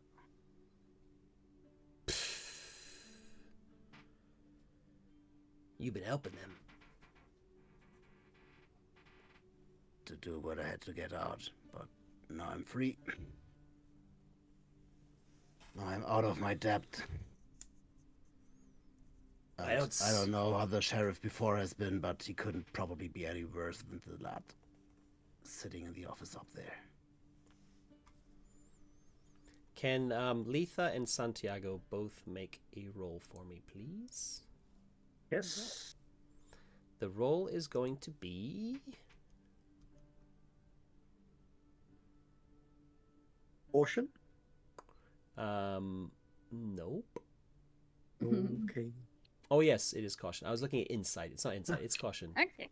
So street plus caution, please. You. Ooh. Only a normal success. I have a critical Okay. and So- normal. A basic as well. Yes. Yes. Okay. Basic and a Wow. critical. Okay. So the two of you are kind of like casually keeping an eye. But Letha is the one that spots a couple of shapes a bit further down the road. Moving furtively. It almost looks like they are trying to stay in the shadows, if you will. It is dark. It's nighttime. Chesterfield is under a sofa, so it gets dark. But there is basically the equivalence of like it's a city, so they have the equivalence of like glowing mold and things that they use to light up the streets and stuff. But yeah, it's not. There's plenty of shadows and things, and you can see what looks. You think there's probably two fairly large figures, flitting closer to where you are, trying to stick to the shadows. Poor boys. And with a critical plus a basic success, you're pretty sure they're a bit far at the moment, but you're pretty sure you see a flash of red on one of their arms as well. Okay, back to Humphrey. We'll come back to that in just a second. Yeah. You're having this conversation. He says to you, "I can't really do anything while I'm in here." Yeah, I know. I'm bad at this too, so I suppose we need something that your boss knows about and just can we help you somehow and you can talk to your boss then? Well, if you get me out of here, I'll be most obliged. Ah, great. And I look to the bars and they are solid metal, right? Yeah. I mean, if you went Juggernaut, there's a chance you could probably rip them from the plaster. I mean, well, I don't know. You're in a Bogart city, so you'd think they'd probably make them strong enough to be Juggernaut proof. They're probably better. you'd probably bet on the fact that you wouldn't be able to do anything in Juggernaut. Yeah. Yeah, but actually, the Slua are like they can twist through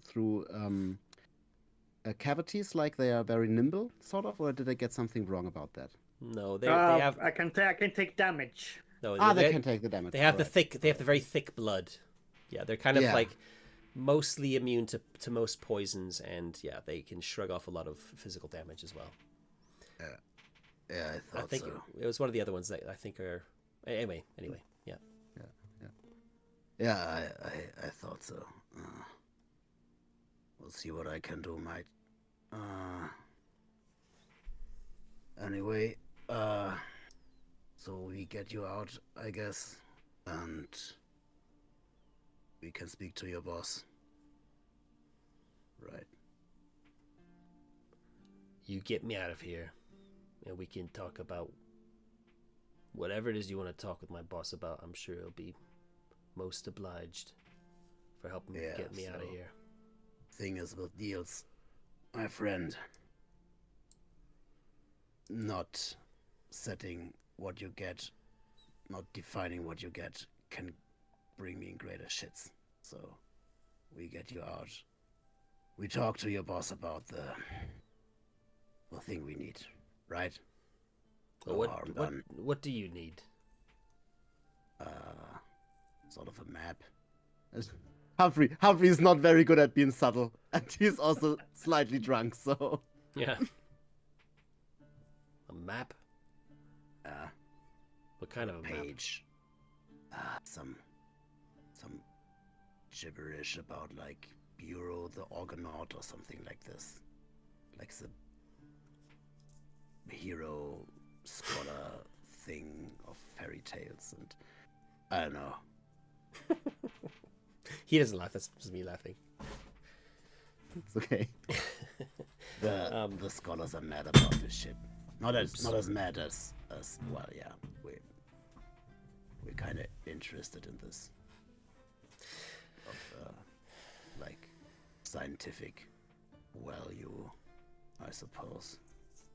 Nothing precious, nothing shiny like coin, you know. Just our boss is mad. Tell you. And now it's just into drunken rambling about Gwen. Hey. This Hey. been a rough month, mate. Hey, let me get a word in here, edgewise. Yeah. I might have something. I've got what could be called a page or a map, but it's ripped. It's not a full one. Shame.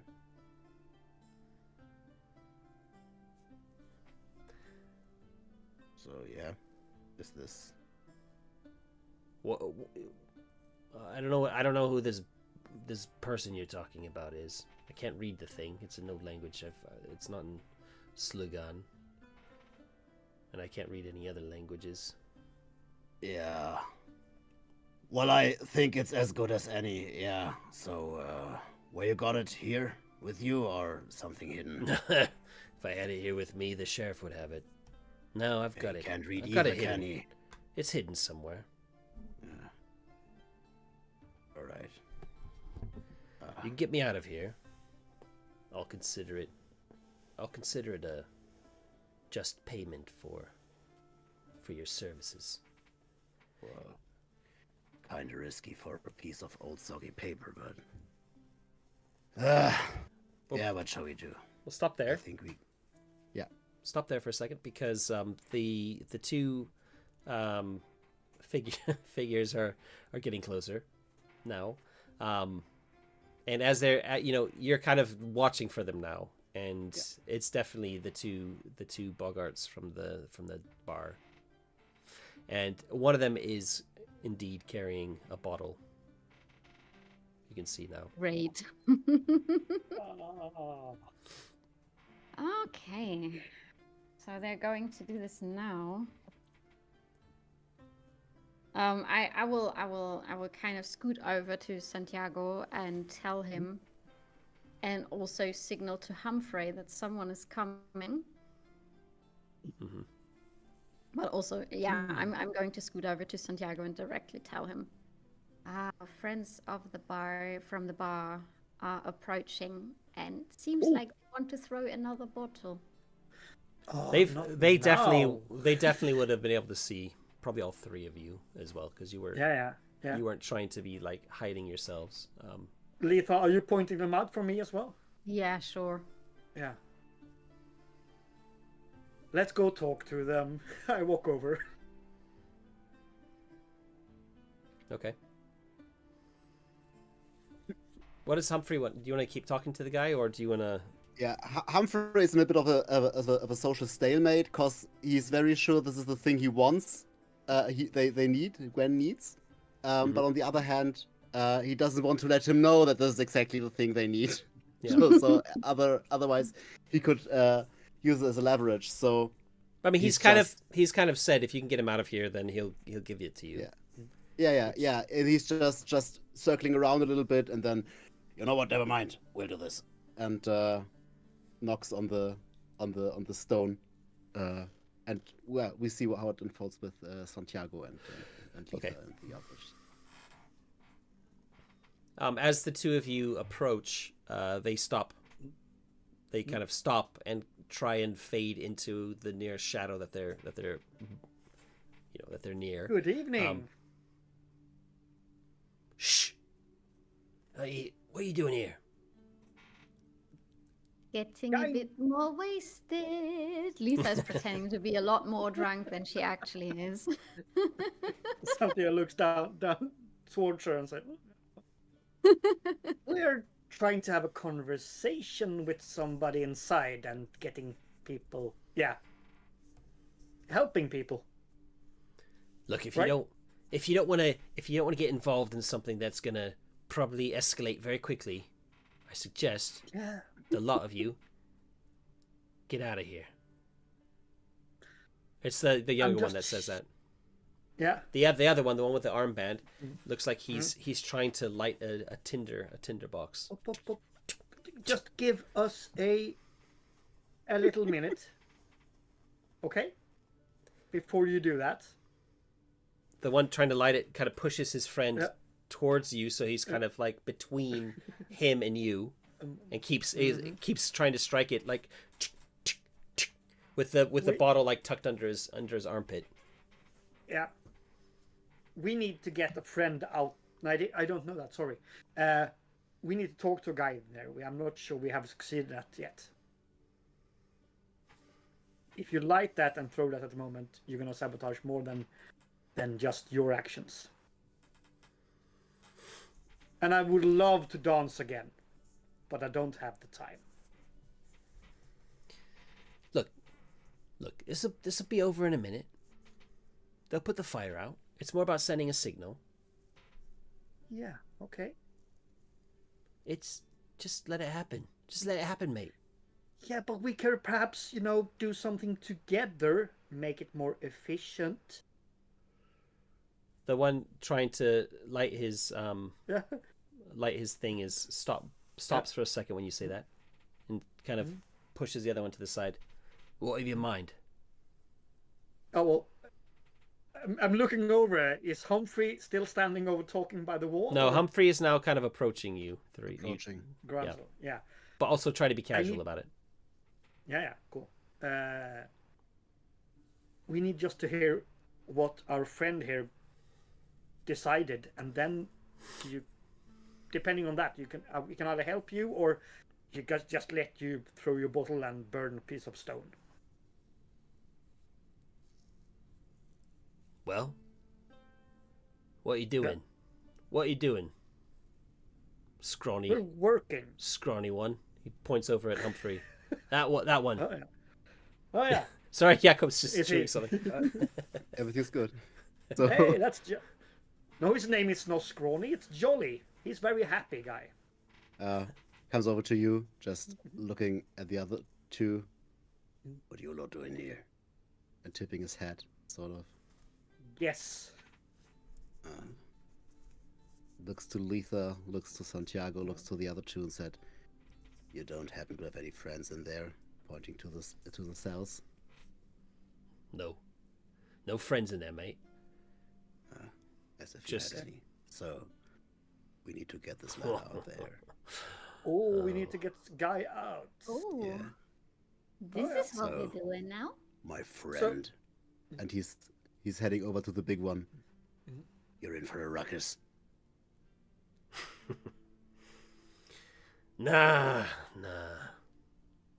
But I reckon we can set this building on fire anytime tonight. Unless you want to camp here the whole night. Not exactly. Your friend here suggested that we work together. Yeah. So what? We help you get your friend out. Yeah. And you'll let us throw our little firebomb. Yeah, of course. Yes. Well, how do you expect to get your friend out? Those bars are really thick.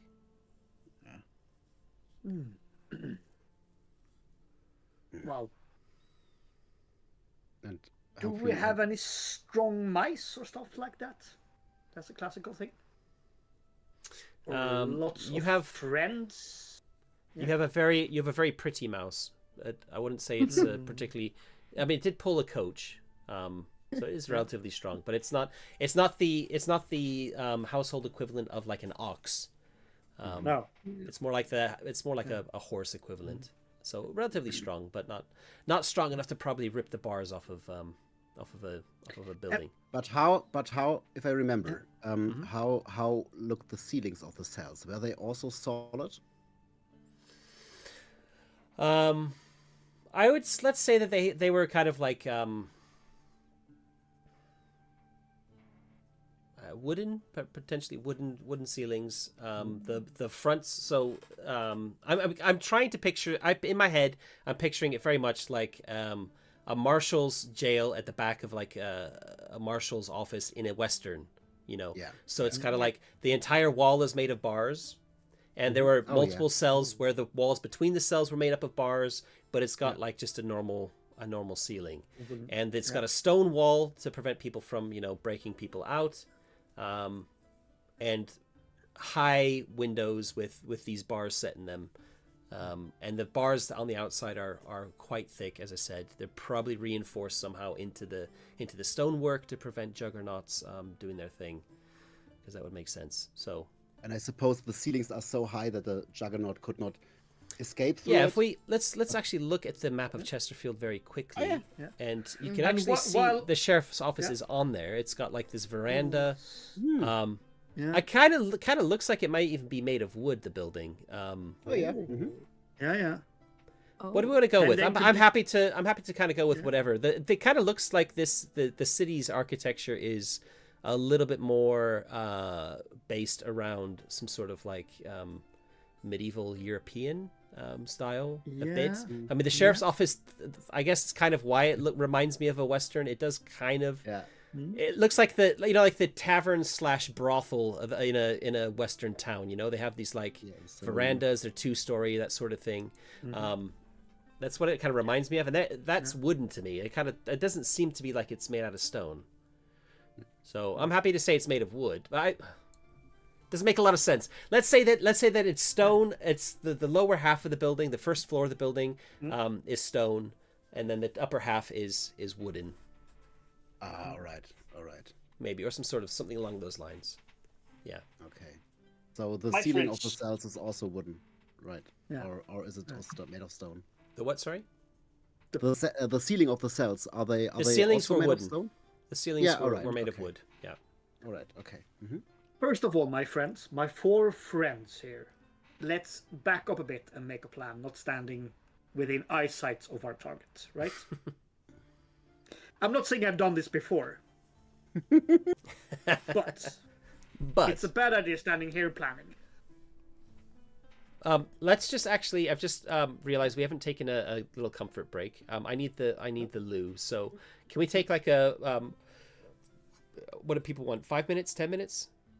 Yeah, 5 minutes per grab. 5 minutes is fine, or 10, 5 minutes is like fine. whatever you 10. prefer. Let's Maybe just do- 10, so I can get another tea. Yeah, sure. Yes. Good idea. So let's do a 10-minute break, Okay. and then we'll meet back. Yeah. Okay. All right. All right. Thanks see for you in a bit. watching. See you later. See you in a minute.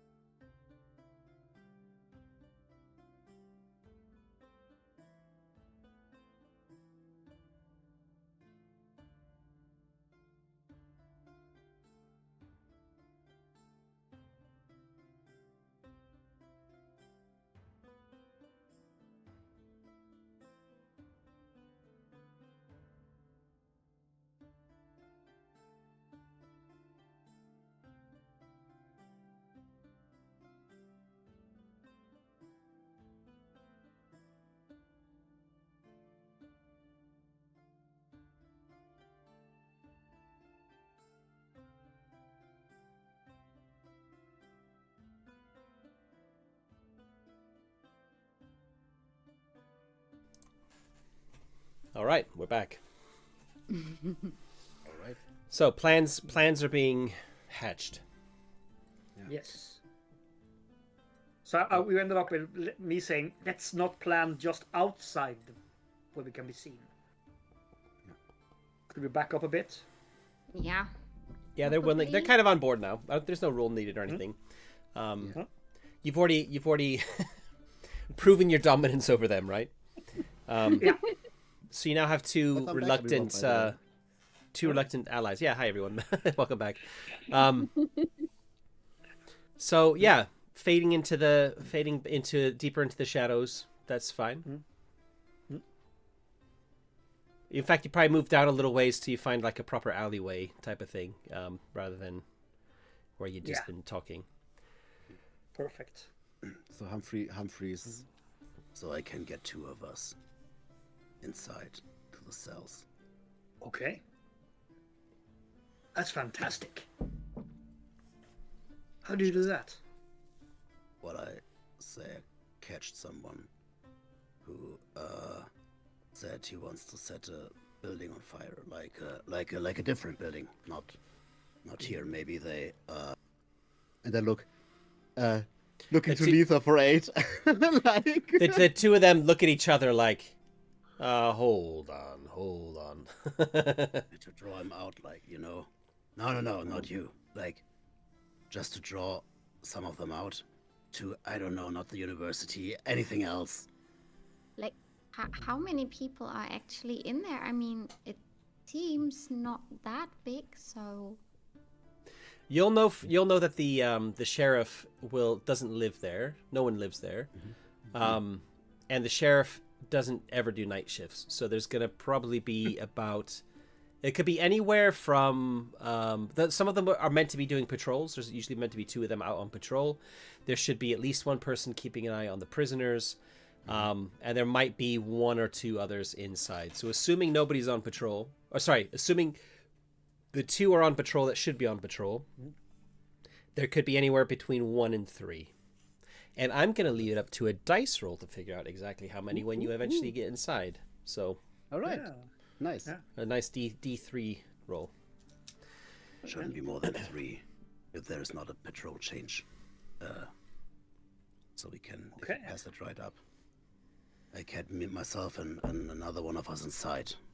And then maybe we I don't know, tell that we overheard people. No, that the one I take with me. Like, I just addressing Santiago somehow. Prejudice maybe, but like you said that they want to set something on fire, right? But another different building, and then they head out, a few of them at least. So we have to deal with less people when. You want to say something, Carmen? No. I had a bunch of cat hair in my mouth. I'm sorry. Okay. As it happens. Yes, that happens. And I don't know. Then you throw the bombs, and I point to the other two. To the other two guys, and then they're diverted, and we can free the prisoner. Santiago, what do you think? Letha, what do you think? I've never done anything like that, but so your plan sounds like something that could work, but how do we open the cell? Do you suppose you can get the keys from one of the guards? Like, you want to lock if you want to lock Santiago in, they might open a cell for you. So. Yeah. Santiago, can you like knock someone unconscious with one move? You know, fancy fighting. Yeah, I know fancy fighting. Yeah, I can also. Mechanically, that would. Yeah. Mechanically, if they're not expecting it, I would say it's probably a critical fight roll. Oh yeah, I can do that. No worries. Okay. You've potentially got. He says deadpan. That's not a problem. Don't forget, we're kind of coming near the end of this session. You've got aces that you can use for various things. Yep. Oh yeah. The aces do only renew at the start of the next chapter, though. That means the next session we have is going to be the second paragraph of chapter 2 still, so they won't be refreshed for the next session. So if you want to hold on to them for that, you could. But this could be a good idea to maybe think about spending one. Yeah. I could take a look on the building to find some potential spots where we could hit it effectively, maybe. So I'm also useful. Don't leave me behind. That Sounds good. sounds good. So we could try to, but if you lead me in as a prisoner, I can't have any weapons on me, and I kinda like my lancetta. But you can just hold it for me. Yeah, I got it on my back, and you can just grab it because I don't pay attention. I act as if I don't pay attention. I would say the Union are making themselves a nuisance, so the agents will be aware that you're talking about, like, saying that someone's going to try and burn a building. Yeah. If you take one of the boggarts with a red band around their arm, that could also work. Yeah. Rather than disarming Santiago. Because I just wanted to include one more player character, not just an NPC. And that's walking there with an NPC. I took but let's say like this: if we try to sneak up on the house, and when you start to rock us, we rush in and just pacify the other guards, and we do a proper prison break.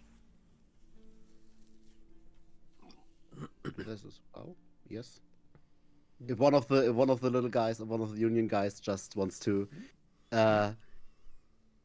give himself over to me, who is sort of not that suspicious anymore, but quite a bit. Yeah. So I mean, I think to them, it's they're kind of like you. They know that they're kind of accepting that you've been inside. You sound very confident.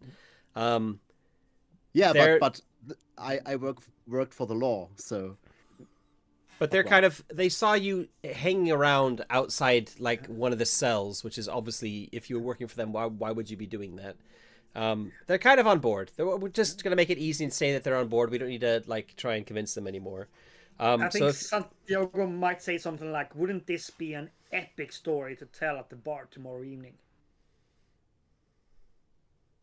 They're nodding like, yeah. Take him down from the inside.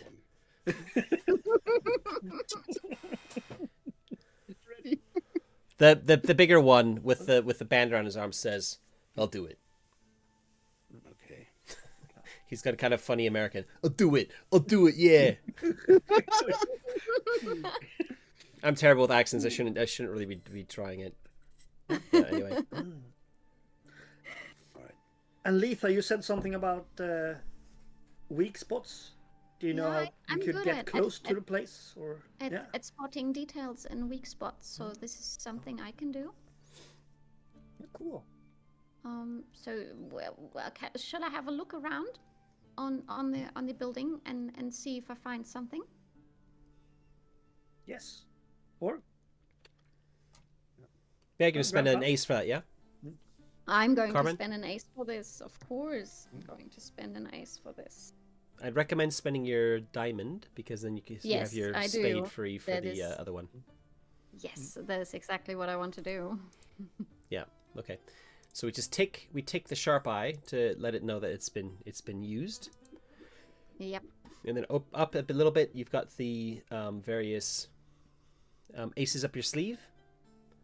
Oh, we've got that. Yeah. It's kind of the wrong way around, but it's fine. So that one's. So you would have had the diamond one, but the diamond's going to stay grayed out because you just used it. So you've got your spade and you've got your joker still left. Remember, you got the joker for the end of the last session for the amazing shooting shenanigans. Yes. yeah. Okay. Cool. All right. So let's do that very quickly. I mean, the spend of an ace is a pretty big thing. So I'll let you, if you have a really interesting idea for a sort of a weak spot in the structure that you might want to introduce, feel free. Otherwise, I'm happy to floor ideas from the three of you. I haven't actually prepped this, so yeah. Any ideas? Feel free to throw them out. I'm kind of thinking about something in the wooden structure. Like the second floor. That would work as. I kind of want to cause a little explosion in one of the walls to weaken them in the cell wall to get this person out, probably. But what about the sheriff's office? Like, yeah.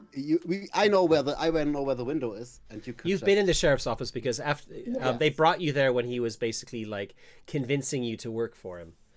It's at the front. It's at the front. The balcony is the sheriff's to use at his pleasure. So he does have also. It's one of the few. Well, there's glass windows set in the second story, so you could throw something through, like throw a lit bottle or something else, or something explosive, whatever you're thinking about. Could go through a glass window for sure. Or could that be an easy way in to surprise them from another? Also possible direction. if you wanted to climb. If you wanted to climb up, yeah. But that's definitely. I think that's a good weak spot. Is that the second floor has a balcony with windows on it. Let's just look at. I just want to quickly look at the artwork again. Yeah, I mean, I'm kind of imagining that the bottom floor doesn't have those big glass windows. Maybe at the front, but those on the side, I'm imagining those are actually more like the jail cells. So they're higher up, smaller, and they've got bars on them. Yeah, but those big kind of glass windows are going around the side, and it'd be easier to climb up to a balcony and then try and open a window than it would be to try and, or the door that goes out onto the balcony, than to try to open a window or get in a window directly on the side of the building. So yeah, that sounds like a good spot. I mean, I feel like that's less of a worthy of an ace spend though. I guess what we could say is we can take your ace and say that as you're scouting it out, you notice that one of the windows is open a crack on the second floor on the balcony. Okay, so we could possibly enter silently because this window is already open. Okay, yeah, that's a good one. So then we're kind of introducing a significant narrative, feature. Okay. So we kind of we could use this as an entrance, but I also feel like we should find a place when those guys want to lit something up to place this as a diversion, so we get the guards away and can roam freely. Like I would love to go for a sport where we could effectively light something up. Like we have this point where we can get an entrance. And we also should place the burning thing as a diversion, so we can also blame it on the union guys. Yeah, because I suppose there's a lot of Humphrey has seen a lot of paperwork at the sheriff's office, right? So he probably has some information about suspects or something like that. So also this would be helpful for maybe new allies, right? Yeah. All right. Mm-hmm. Yeah. Okay. So looking at the map very quickly, the sheriff's office is kind of central, but not super central. So I'm just thinking about like where you would focus your, like if you wanted to. I'm assuming you're saying you want to like maybe throw the fire bomb somewhere else, so that they're rushing out to sort that out. And especially if you shout like fire, it's gonna. Isn't it enough that Humphrey goes in and says they are planning to bomb that place? Is that okay? But we have to break out again, and there would be a skeleton crew left to. So in theory, if there's more than one in there, then probably one of them would leave to go see what's going on, or to raise the hue and cry, while the other one would book the perpetrator into a free cell. Yeah. And during that time, two of us are coming from the upper floor down and surprising them, right? Yeah. I mean, from my perspective, there's two ways to handle this. One is to sneak in through the second floor, You could definitely do both. There's just, I think, a risk, because if you're going to be sneaking through the second floor, there will be at least one roll, like a stealth kind of roll. Because we've said that the upper half and the ceiling are made of wood, so we'd be rolling to see if it's like you step on a creaky floorboard or something. That might make them go like, oh, what was that? There should be nobody upstairs. Yeah. So that could kind of go against you. It's there if you want it. Yeah. I don't want to discourage any of the plans, but yeah, just throwing that out there, that there would be a stealth roll involved for that. There's probably going to be some sort of a roll for the convincing. The difficulty is probably going to be based on, how well thought out it is. It's probably going to be a bit easier to convince them that you're bringing somebody in. Yeah. Especially if he's a big boggart who is an actual union person with the armband, because that's going to be pretty convincing. Yeah. I'm open for both solutions. I was thinking that the talking on the bottom floor would hide the sneaking on top, and it would be a nice scene. Also the firebomb would be also an additional diversion when there are already some left to the place, like I don't know. I'm also gonna blue flame then maybe. I'm also gonna be making. I'm gonna make one of you roll a d6 to see how many are actually inside, and I'm just gonna flash it very quickly. Beep, beep. You can't see it. I've written a d6. I've written a d6 table, and depending on what you roll, there might actually be more than 3 people in there. Yeah.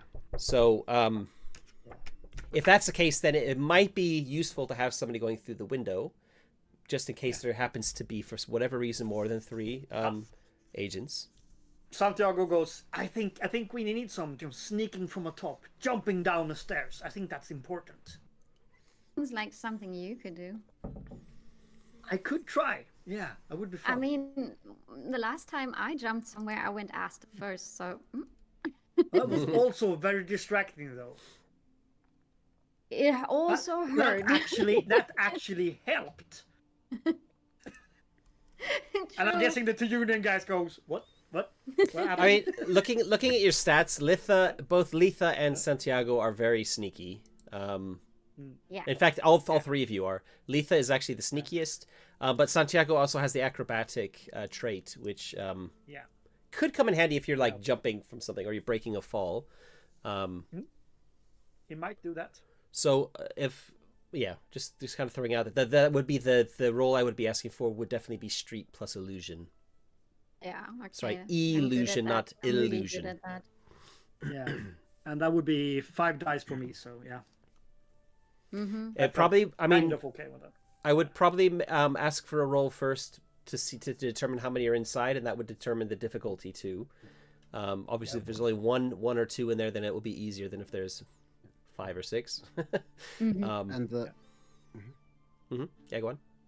And the sign for you two and the other union guy to start is when we hang a red ribbon outside of the jail cell windows, I suppose. Okay. So shouldn't we do this so we can grab them while you're going inside? So when you're in the office talking and doing stuff, we sneak down and go, huh? I thought you wanted to create a diversion with the firebomb. Yeah, I also thought that would be on the way out, I would say. Okay. Or if we let all the prisoners out. Yes, we should. We definitely should. Yeah, then we can just firebomb the prison. Yeah. So, not the prison exactly, because firebomb firebomb a different building so that they run out. I thought and when we hang out the ribbon, you two are in, and then we draw the firebomb. And also the jailer is diverted, and we can use the chaos to free the other prisoners. Maybe Humphrey gets overwhelmed by the other boggart or something like that. So the plan that I'm just so I understand what's going on, so I can figure out roles and stuff, is Humphrey is going in downstairs with the the boggart, the big boggart with the red ribbon. Litha and Santiago are going to shimmy up the balcony, and they're going to sneak in the top floor, and they're going to wait for John, who was the kind of the other Bogart who Santiago put on his ass. He's gonna throw the firebomb, and probably also shout fire, so that as many guards as possible run out of the building, and that will be the signal for Litha and Santiago to come down the stairs, and the four of you to overpower the remaining guard, because they will also be armed. They'll have a pistol. The agent. They're called agents. The sheriff's agents. They're armed with batons or clubs and usually pistols as well. So I mean, kind of like police, I guess. Yeah. So things could go a bit sideways if it's just the two of you against him. If he suspects something, or she could be. Don't know. Yeah. But if there's four of you, it's That's the plan. I think that's a good plan. Okay. All right. Let's move it forward.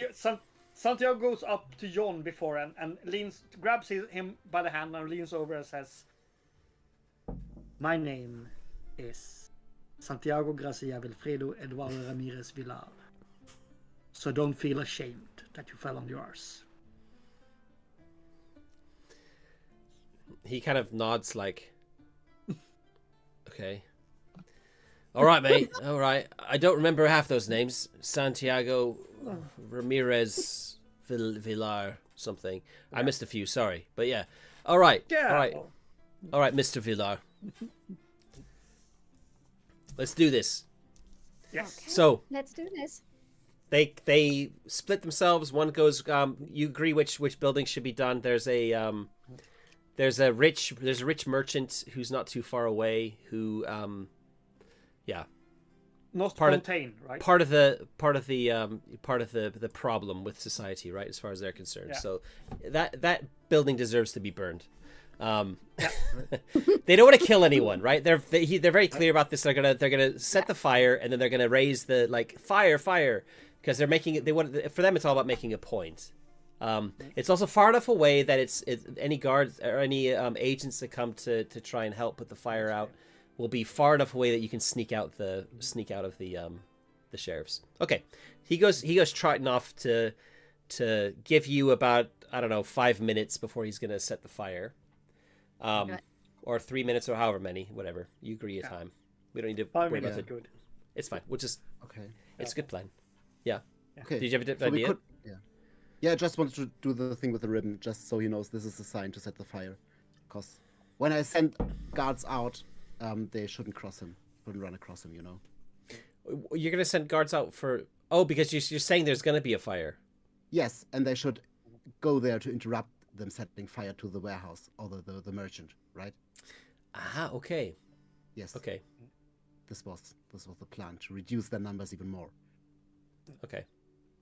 But it's the same thing, but It's the same idea. Yeah. Yeah. It's just a higher chance of your accomplice of getting caught. Yeah, that's why we want to use the ribbon as a sign. I thought. Sure. So Yeah. But you're giving the agents a head start a little bit. yeah. but in another direction. But yeah, we. In a we different could- direction that would work too. Yeah. Yeah, in another direction. So yeah. he's at the view to the cell windows, and I sent him in the other direction to a certain merchant. You house. I probably know. don't need to do the ribbon. He'll just wait until the guards go running out.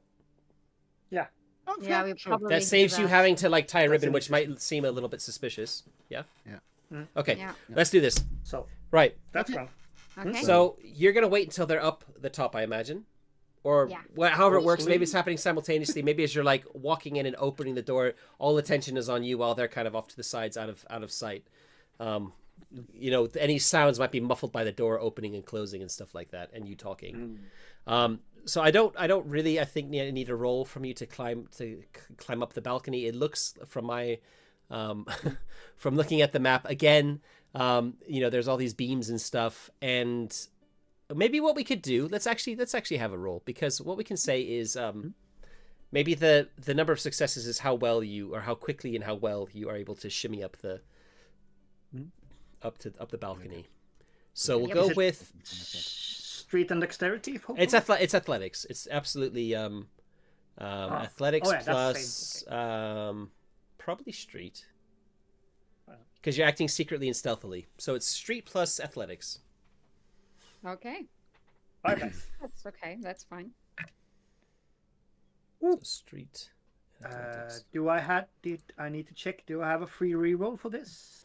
It's an acrobatic. I think it probably counts as acrobatics. Sure. Okay. I mean, acrobatics Then is I'll do it. it's a bit of a vague word.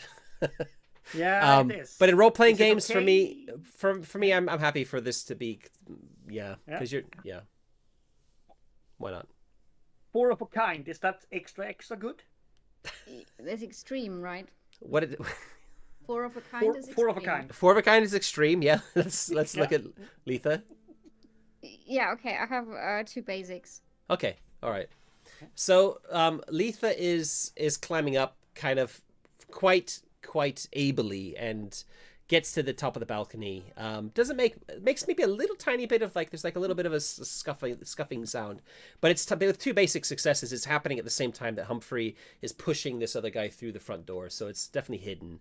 Santiago is like a ghost, like floating silently up the post and landing silently on the balcony. Oh, well. And I think with that extreme success, we can give you a bonus to. I mean, we can either do this as like an experience, but potentially that might be the better way of handling it. So we can maybe evoke it later. So it might probably be something like an achievement. So an achievement type of experience. Go ahead and write it in your experiences bar. Yep. So the achievement, and then however you want to word it, just think of a sentence that has to do with, climbing like a ghost. Yeah. Ghost of the Chesterfield roofs or something like that. Yeah. The ghost. Okay. Under this photo. At the same time, so the two of you are kind of quietly up onto the balcony. Yeah. Humphrey and this other guy. Well, let's call him Sam.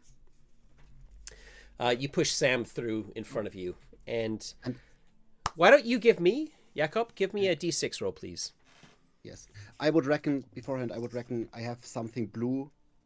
I could put on my clothing just to indicate that I'm one of the sheriff's agents. Well, they know who you are. They all know who you are. Yeah, but also when I work for the sheriff, like a blue scarf or something like that, right? Okay, sure. Yeah, why So not? I just put my blue scarf around my neck, and it's a 3. Okay, so that's a good roll. So the D6 table looks like this. If you would have rolled a 1, you'd be rolling again, and there would be 2d3 guards in there. So it'd be anywhere from 2 to 6, and a 3, as you can see, is 2 guards. So that's a good number. Okay, well. So when you open the door, you can see there's 2 in there. Let's say they're playing cards. They're playing a card game. They both look up at you. One of them recognizes you. He's definitely been around. You've gone on a raid with him, maybe like out hunting bandits or something. He even knows you by name. What's this, Humphrey? Evening, lads. Got a little guest, Jeffrey. Tried to cause a little ruckus when I wanted to try my beer. Had some Sorry, I was looking at fancy Rasmus. ideas about him and his mate setting fire to the Rusty Mouse warehouse up north. Oh, not bloody Union. Oh, You know how you the lot. One of them Skankers are. stands up and pushes his finger into Sam's chest. You lot need to learn your place.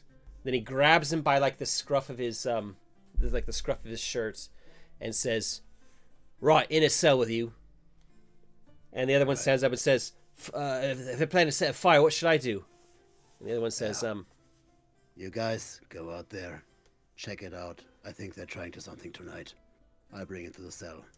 Who's Go the jailer run this and night? go run and find the patrol, and let them know." All right. Do you want to try and say something something else? Like, do you know exactly? You're going to try and tell them a certain place?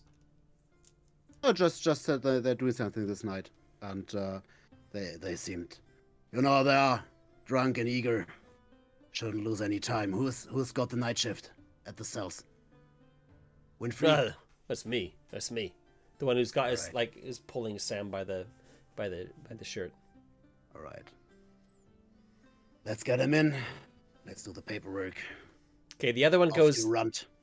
The other one goes running out the front door, like he's picking up his baton and like shoving it into his belt, and just checking he's got his pistol on his hip, and then he grabs from a hook. He grabs a whistle. It's like on a rope, throws it around his neck, and then goes running out of the thing. And about 10 seconds after he leaves the building, you can hear him start blowing on the whistle, which is like, you know, alarm. The alarm's going off. You've not actually seen. You've maybe seen the whistles hanging there, but you've never experienced them being actually blown ever before. Anyway, so that happens, and what's happening? Let's go upstairs. So Letha and Santiago, the window is absolutely like it's been left a crack open, like they're trying to keep the room aired or something.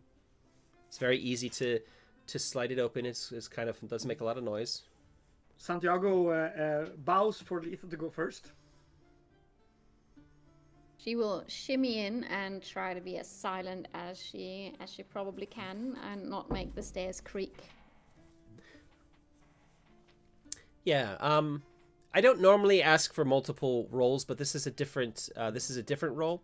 So this will be the only time I'll be asking you for the scene to roll it. So let's get a street plus illusion, which is the stealth roll, to see how well you're sneaking.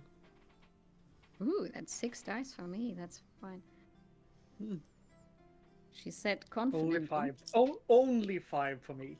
And I'm gonna say your target is probably going to be a critical success here, because these are actual like police or guards, and they're usually on their guard for these sort of things. Okay, I'm going to re-roll a bit. Okay, that is critical and a basic. Okay, and I guess Rasmus that you rolled something really well. I rolled a critical only, but that was okay. That's enough. That's what you need. It's on the money. Without rerolls. Okay. The room is dark, and as soon as you open the window and climb through, you realize you're right next to the sheriff's desk. So his desk is kind of like right next to this window. And you nearly bump into something, but you're kind of like quickly get your bearings. There's enough light coming through the window that you can just make out like the shapes of where the furniture is around the room.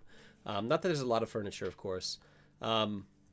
And you kind of carefully make your way around the room, avoid any potential like knocking anything over that might make a loud noise, and thankfully don't step on any creaky floorboards that alert anyone. So you get to the top of the stairs, just as the stairs going down, just as Humphrey, Sam, and the night watch guard are kind of walking.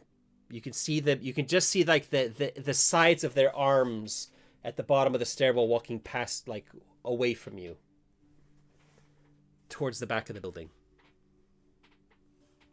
And then you can. This ladder's a slippery one. Okay. I will pull up a scarf above my nose, like so you can only see my eyes. I'm a bit masked. That is my intention here, and get out the key sketches to be threatening, because Letha is absolutely, totally threatening. Oh yeah. I mean, a key sket is pretty threatening if it's pointed at you, for sure. Yeah, but the key sket is more threatening than her, probably. I mean, every time I look at your character art, you're like this like startled look on your face, which doesn't look particularly intimidating. Next to the other two who are have much more intimidating portraits, so yeah. It's kind of funny. She just has her goons. It's pretty funny. Yeah, I do like that a lot. All right, so you get your key set out. Two pistols out. Oh, okay. You've not got your now he's gonna have Lancetta out. Yes. Well, is it good for like close quarters? Yeah. Inside a building, it's a bit long. And he's not gonna. It's a very special Lancetta, but he's guessing people won't recognize it. So, and it's more fun if people do. So, do you want it to Lancetta out or not? Yeah, Lancetta out. Okay, all right. That's good. Yeah. All right.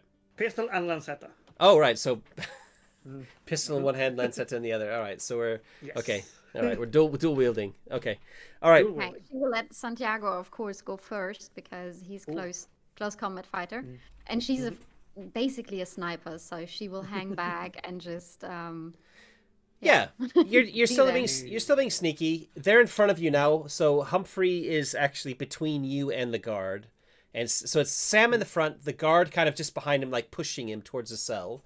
Humphrey behind the guard, and the two of you behind Humphrey. But the guard has not realized that he's got now 3 people behind him. Okay.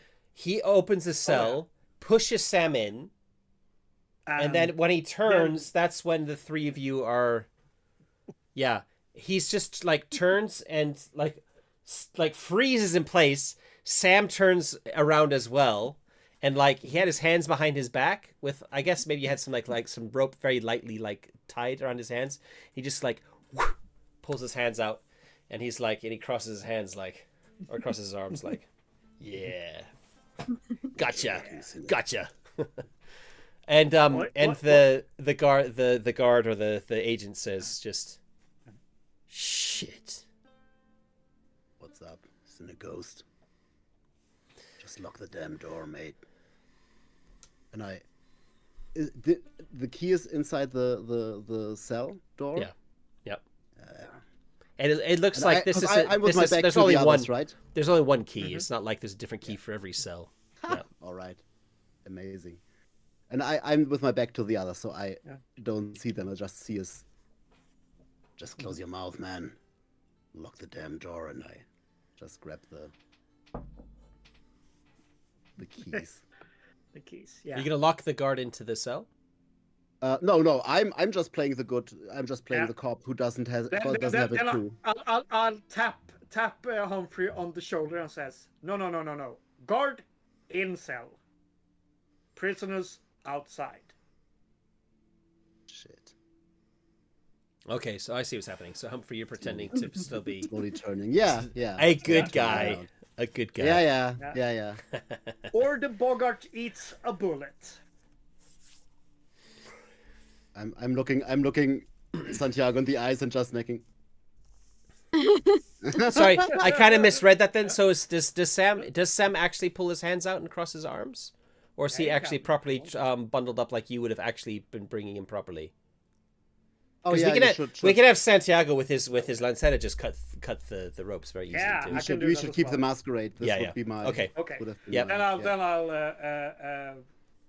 I point my gun at him and then says, okay. Oh, my union friend, let me help you with that bound, and then I will cut it off. So are you gonna lock Humphrey into the cells as well? You're talking about keeping up the masquerade. I mean, that would make sense, right? Yeah. Don't we need an hostage on the way out? I say. I'm pretty sure we do. The guard says the pretty one. The guard says, "You're not gonna get away with this, you slew of bastard." Yeah. We should lock away the one that insulted you. So yes. He goes into the cell. Yeah. So Humphrey was after he said that he was so scum. The guard suddenly, when he's in the cell and you close the door, he's like patting himself like, "Do I have a whistle? Do I have a whistle?" No. Nope. Like he's kind of ignoring that you got guns pointed at him. He's just kind of like, "Can I raise the hue and cry?" But no, he doesn't. Pretty boy, open up the other cells. You'll pay for this, union scum. I want you to give me a roll for this to see how convincing you are, because you're not very good at this sort of thing. You're not very good at this sort of thing. I'm not good. I have a very limited vocabulary from the sheriff's agents from my time with them. So what do you want me to do? You're only going to need a basic success. The failure on this is that the guard is going to be left maybe doubting your performance potentially. Yeah, sure. What role do you want? I mean, it's going to be eloquence, which is. But I'm gonna invoke my reputation, one of the sheriff's goons. Let's get an extra +1. Yeah. I get +1, like 3 die. Yeah. So 1 for society, 1 for eloquence, and 1 for your reputation. It's a basic success, yeah. Hey! Yeah, I got 2 4s and 2. So. All right. It's very good. Perfect. My drama group. You will pay for this, scum. And you too, I say to the slewer when I open his cell and Yeah. just wink You hear him the guard from awkwardly. behind you say, "Just do what they ask, Humphrey. Don't put yourself in any danger. They won't get away with this. Don't worry." Yeah, sure. Collaborators will be hurt. Or The even sheriff. tickled. They don't dare harm a boggart here in the hearth. These foreign scum. The sheriff better pays well for this. And I say, what you got there, lad? Alcohol. What? How do you get the booze in there? Damn, Winfrey! This lad got booze in there! Now we'll try to get the prisoners out quickly now. Yeah. Yeah. Yeah. And get away with stuff. Talking Alright. so much about discipline. Okay. I'm Glancing looking at at my the I'm looking at the time. We're Yeah. just up to Yeah. the 3-hour mark. Yeah. And I think that's because I wanted to try and keep this to 3 hours if we could, and we're kind of right at the right moment. So depending on how things were going, when you got to I'll just kind of narrate what happens to finish up this session. Yeah. First of all, well done. That was very good. I did have something in my pocket in case you got here a little bit quicker. Then when you go to the place, the guy that you've just freed from his cell. We'll say that there's a handful of other people in there as well that you also free at the same time. But the slua who works for Duncan Cox, was it Cox or Rocks? Cox. Duncan The Cox. Rocks. Sorry, Rocks. Rocks. Yeah, Okay. Duncan Rocks. Okay, I'm not done Cox. Why did I do that? Yeah. Duncan Rocks' guy is Guardian. he's stop, I'm trying to focus. I'm 12, sorry. Sorry. That's my How bad. old are we? 12 years old. 12 years old. Always 12. Oh no, No. it's PP13. Storyteller, please. Take a moment. Where was I? Oh, the slua. The slua takes basically takes you to the Chesterfield. Takes you to a place in the slum. There's actually a slum here in Chesterfield. There's an abandoned building, and under a floorboard, he's hidden his stash. So there's there's a couple of pistols. There's this treasure, the other half of the treasure map. And as soon as you see it, you recognize that it kind of matches the style of the other one. So you're pretty sure it's the right thing. And he's got some a little bag of coins and stuff. So it's like his little getaway stash if he needs it that he doesn't want to be caught with, in case he gets captured by the police. So he pockets all the other stuff. Hands you the map, and says to Humphrey, "If you want to speak to my boss, I'll put in a word with Duncan. But Thank you. you did good work here today, lad." He's a bit older. He's probably equivalent of like a 50 to 60-year-old contemporary person, compared to your 23 years, right? Yeah. He's old enough to be your dad. Yeah. Yes, sir. I mean, lad. And then he just kind of leaves you in the house, the abandoned house. I did have a little encounter that there'd be some local hooligans who would corner you, and but we run out of time, so that was if we had the time for it. So Humphrey stretches out his hand awkwardly to shake it and says, "Yes, sir," and then he just leaves. Awkward as always. Yep. Yeah. So, yeah. I was gonna make a little funny comment about what Letha saw in you, but I don't need this. you're not playing a very charming character. Well, maybe it's as a result of what happened. Anyway. Yeah, he was a little bit more charming, maybe. A little bit more enthusiastic and optimistic, maybe. So we're at the 3-hour mark. We're gonna leave it there. I did have an idea that I would do some videos. I just haven't had the time of talking about my GM prep that I do before these, because that might be of interest to other people wanting to run this. Just for information, my prep looks like this. Oh god. Literally. I spent about I mean, I did read some of the book, and I did a little bit of prep in terms of like thinking about things, but in terms of what I wrote down, it was literally, and I had this as well, so it's like a little scrap piece of note card. So that's kind of how I do things. It's not very organized, but it was enough that it kind of worked. Yeah. So kind of flying by the seat of my pants, but I do a lot of solo stuff as well. And I'm pretty comfortable with that, which other people might not be. So I might do a little video in the future about prepping for this game in particular, and some advice, or at least my process. But otherwise, we're not going to do a historian's debate yet, because that takes place between chapters, and our next session will be the second paragraph, or part 2 for this second chapter that we're in. And then after that, we'll do a historian's debate. And the historian's debate, as the previous one, which was also recorded on the channel, or live stream on the channel, is where characters advance. So you get a few more skill points, a new trait, and a memory. So thanks everyone for watching. Thanks everyone for the players for a wonderful session. That was really, really fun. And yeah, the next session, in fact, if you check the description, I think I've already set up the link for the next session in YouTube.